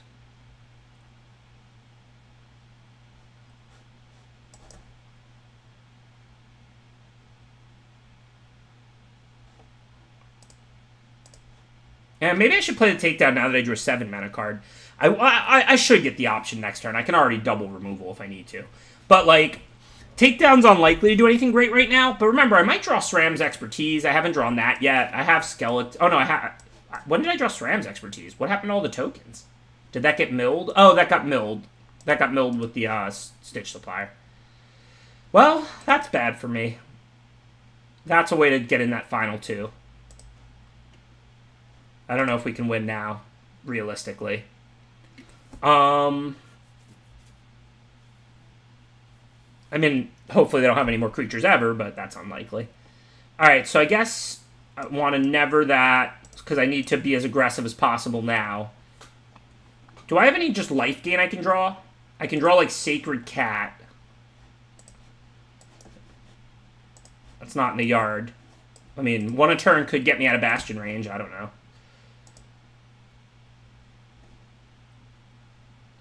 The Vessel also has lifelink. Gifted Aetherborn has lifelink. I have 3 lifelinkers. So if they don't have any creatures now, I have 3 lifelinkers all in my library.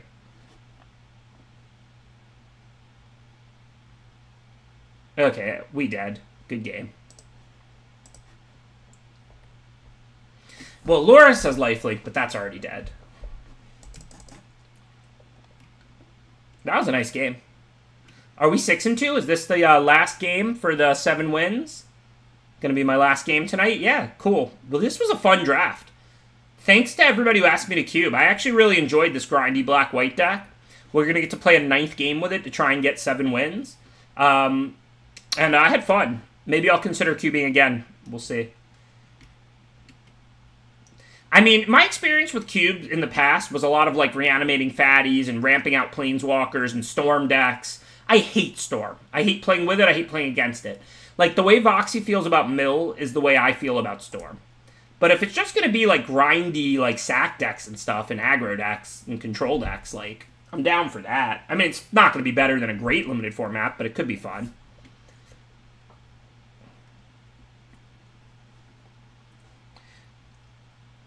I mean, it's going to depend which cube. Like I said, if there's, like, a power cube, that's never going to be good in my opinion. Like, Storm's just miserable and, like, tinkering ridiculous artifacts and reanimating ridiculous creatures on turn 3 and stuff. Like, that's just not fun in my opinion. But, like, you know, aggro decks versus grindy black-red and black-white decks and stuff is fun. Okay, so we want to get a tap land in play.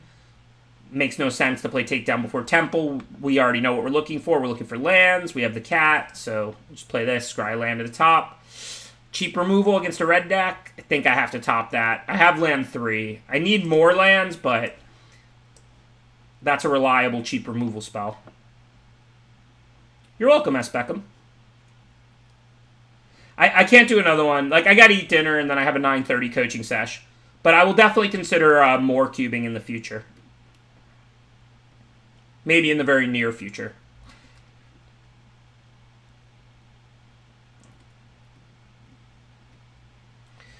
Alright, so takedown has to get played as a land.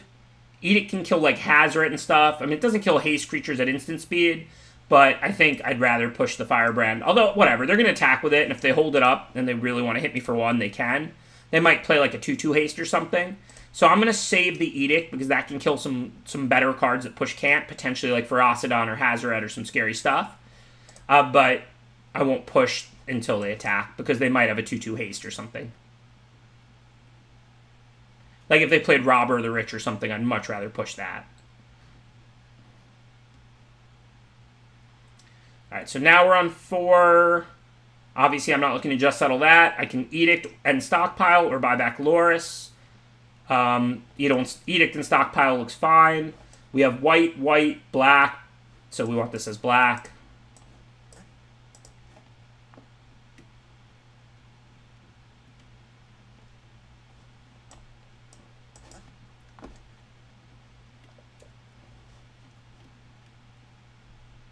Grind, grind, grind. The game for all the marbles, 6 and 2.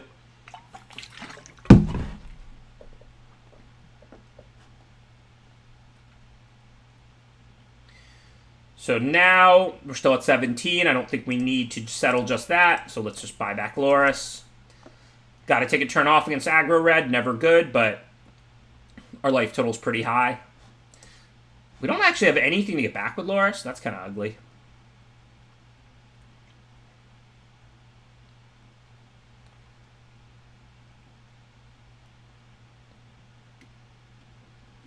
Definitely don't want to play Loris until I can get something back. Alright, just Blood Chiefs Thirst that.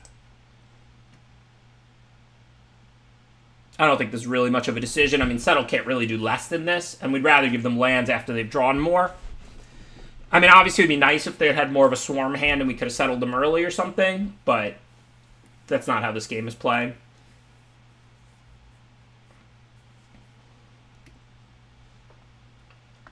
Loris does have lifelink, yeah. But it would have just died. They would have just, like, Bone Crushered it. And I'd be willing to bet they have more removal.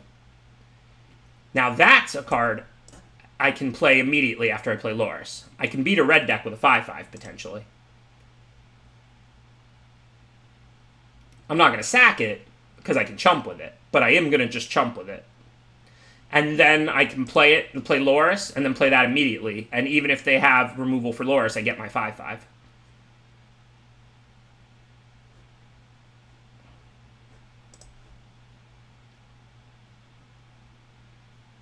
This combo is great. Archfiend Loris, it's just such a sweet combo. Against red, I think I'd rather have a life than a Scry 1 right now.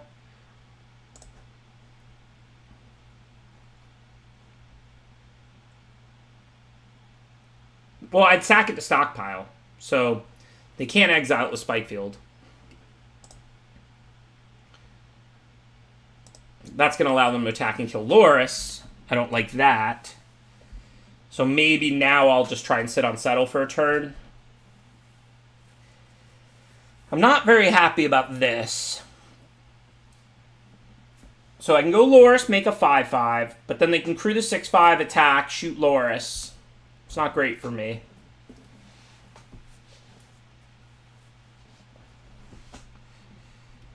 I think I will pass and hope they're greedy.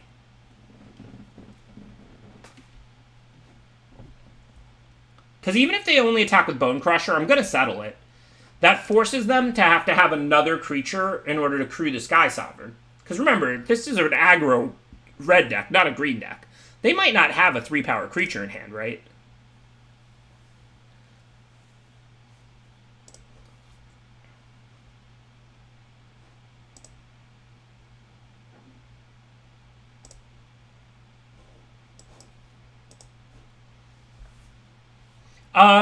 Well, I held the land to cycle it. I mean, I know I have the Edict, but I think it's also just, like, a bigger concern to draw more cards. Like, if I draw 2 more lands, I'll be able to flash back the Edict anyway, and I have a lot to do in the meantime, right? Like, I'm going to play a 5/5 flyer in Loris now. We can see if I draw a land or a spell this turn, but I think, by and large, I'd rather hold the pools.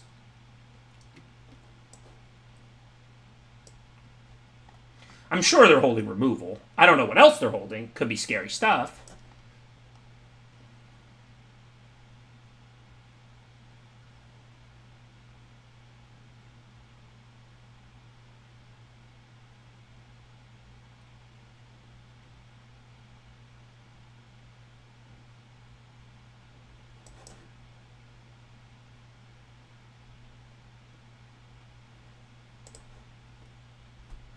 I don't think we would play the land, though. No, I didn't see the 344 box he took to Scoot Swarm Cathar's Crusade. That sounds awesome, though. Scoot Swarm's is a really sweet card. I like that card a lot in Zendikar.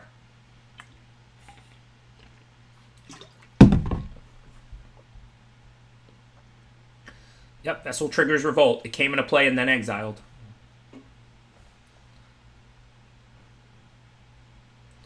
Fortunately, if I had had that mana out, I could have sacked the Loris and they'd miss a Scry too, but what are you going to do?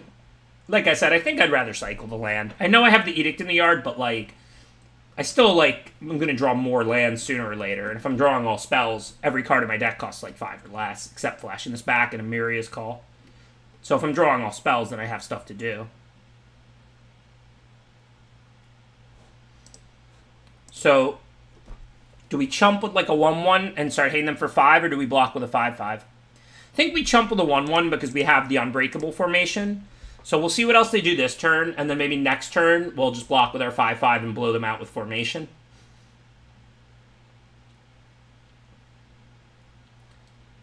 Well, now they can deal 5 to the 5/5, but then we can still kill that with the Crypt Breaker. So we're okay.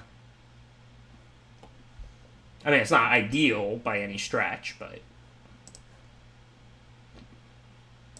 much better than if I had blocked with the 5/5. Assuming they don't have removal. Well, if they do, I'm going to have to Unbreakable formation now, because this will kill Chandra, so I don't have a choice.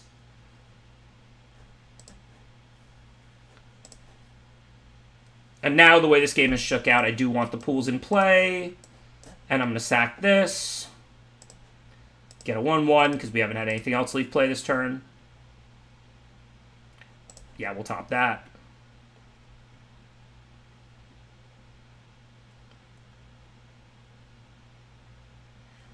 What is this? Not great for me, but alright. I mean, I have removal. Definitely going to kill the Hell Rider first. That doesn't really change anything. We just have to kill the Hell Rider. Activate this only if your opponent lost life. So if I attack with the Crypt Breaker, if they block, that's a good trade. If they take it, I can get back the Gutter Bones. 2 to play it, 1 to sack it, and 3 for return. So that looks good. So I'm going to attack, because if they take it, I can get back Gutter Bones. If they block it, it's a good trade. Let's make sure the auto tapper doesn't tap too many black. I know I need a lot of black this turn. This game is super tight. This is a great game 9. Definitely never returning that. Wait, I miscounted? Oh, I miscounted. Oh, well. This is bad now. I'm going to 2. I thought I had 1 more mana. So I thought I could sack the Gutter Bones.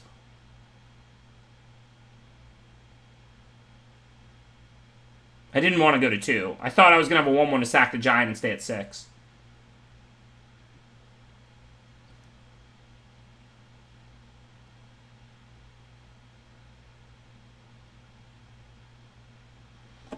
I probably wouldn't have took that line.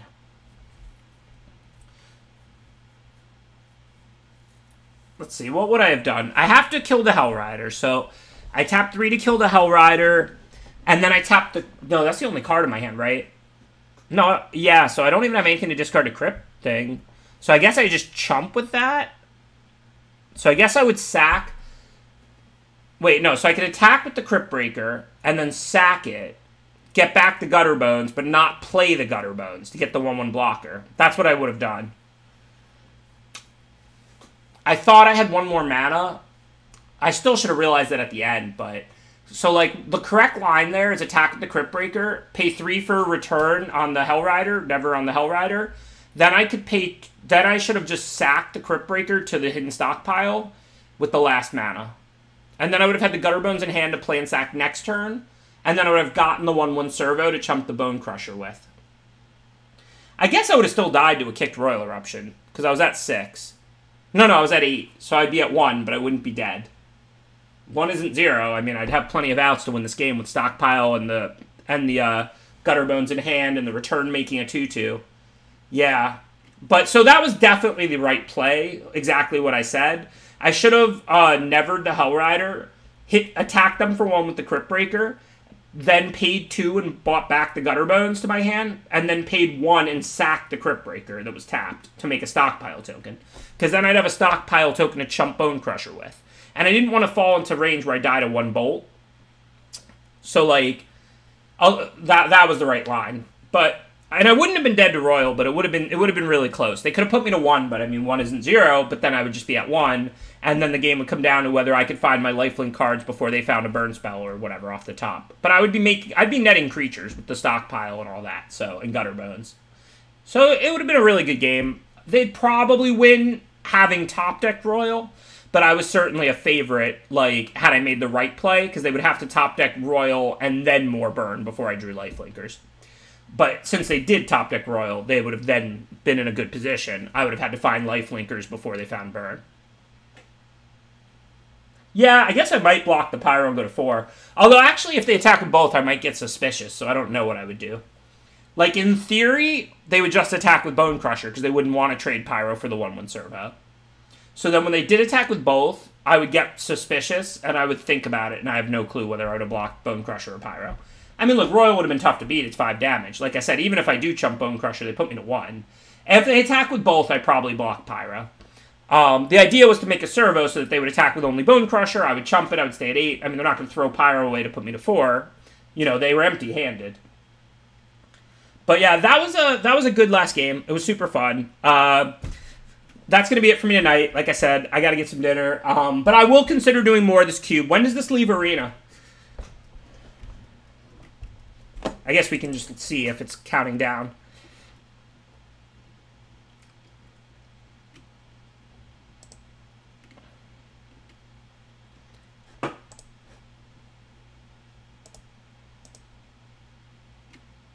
Okay, yeah, it's not even leaving yet. So maybe we'll fire a little cube. We'll fire maybe one more cube stream after this before we decide. Cool. So yeah, I'll fire like one more cube stream. I mean, look, I don't know if all the decks are this sweet, but this Black-White Loris deck was a lot of fun. I really enjoyed this run. I hope that y'all enjoyed it as well. I will see you next time. I'm not sure if I'm streaming tomorrow or not. I got to talk to my mom. I don't know if she has plans for tomorrow night or just on Christmas or what. I will tweet about it as usual. For now, thank you everybody for tuning in. Let me know if you enjoyed the cube stream or if I should stick to just Zendikar. I mean, obviously I didn't know much of what I was doing, so it was a little less informative than usual. But I thought it was fun, and I hope you enjoyed it. And we still got to have some good games and some good conversation. And of course, if I keep doing the cube, I'll get to know it better, and then I'll be able to give more actual strategy myself. Who should we raid? Ham's on cubing. I haven't gotten to raid Ham in a while. Definitely one of the limited goats. So I'm going to raid the Ham TV. Same format. And everybody, I don't know if I'll see you before Christmas or not. Like I said, I might be on tomorrow. I might not. So have a Merry Christmas if I don't see you before then. Enjoy whatever holidays you do celebrate. If not Christmas, if you celebrate anything. I just celebrate playing Magic, to be honest, because playing Magic is awesome. And I will see you next time. Thanks again, everybody, for hanging out. Hey, it's like I'm 8 again, right, Sam Lindsay?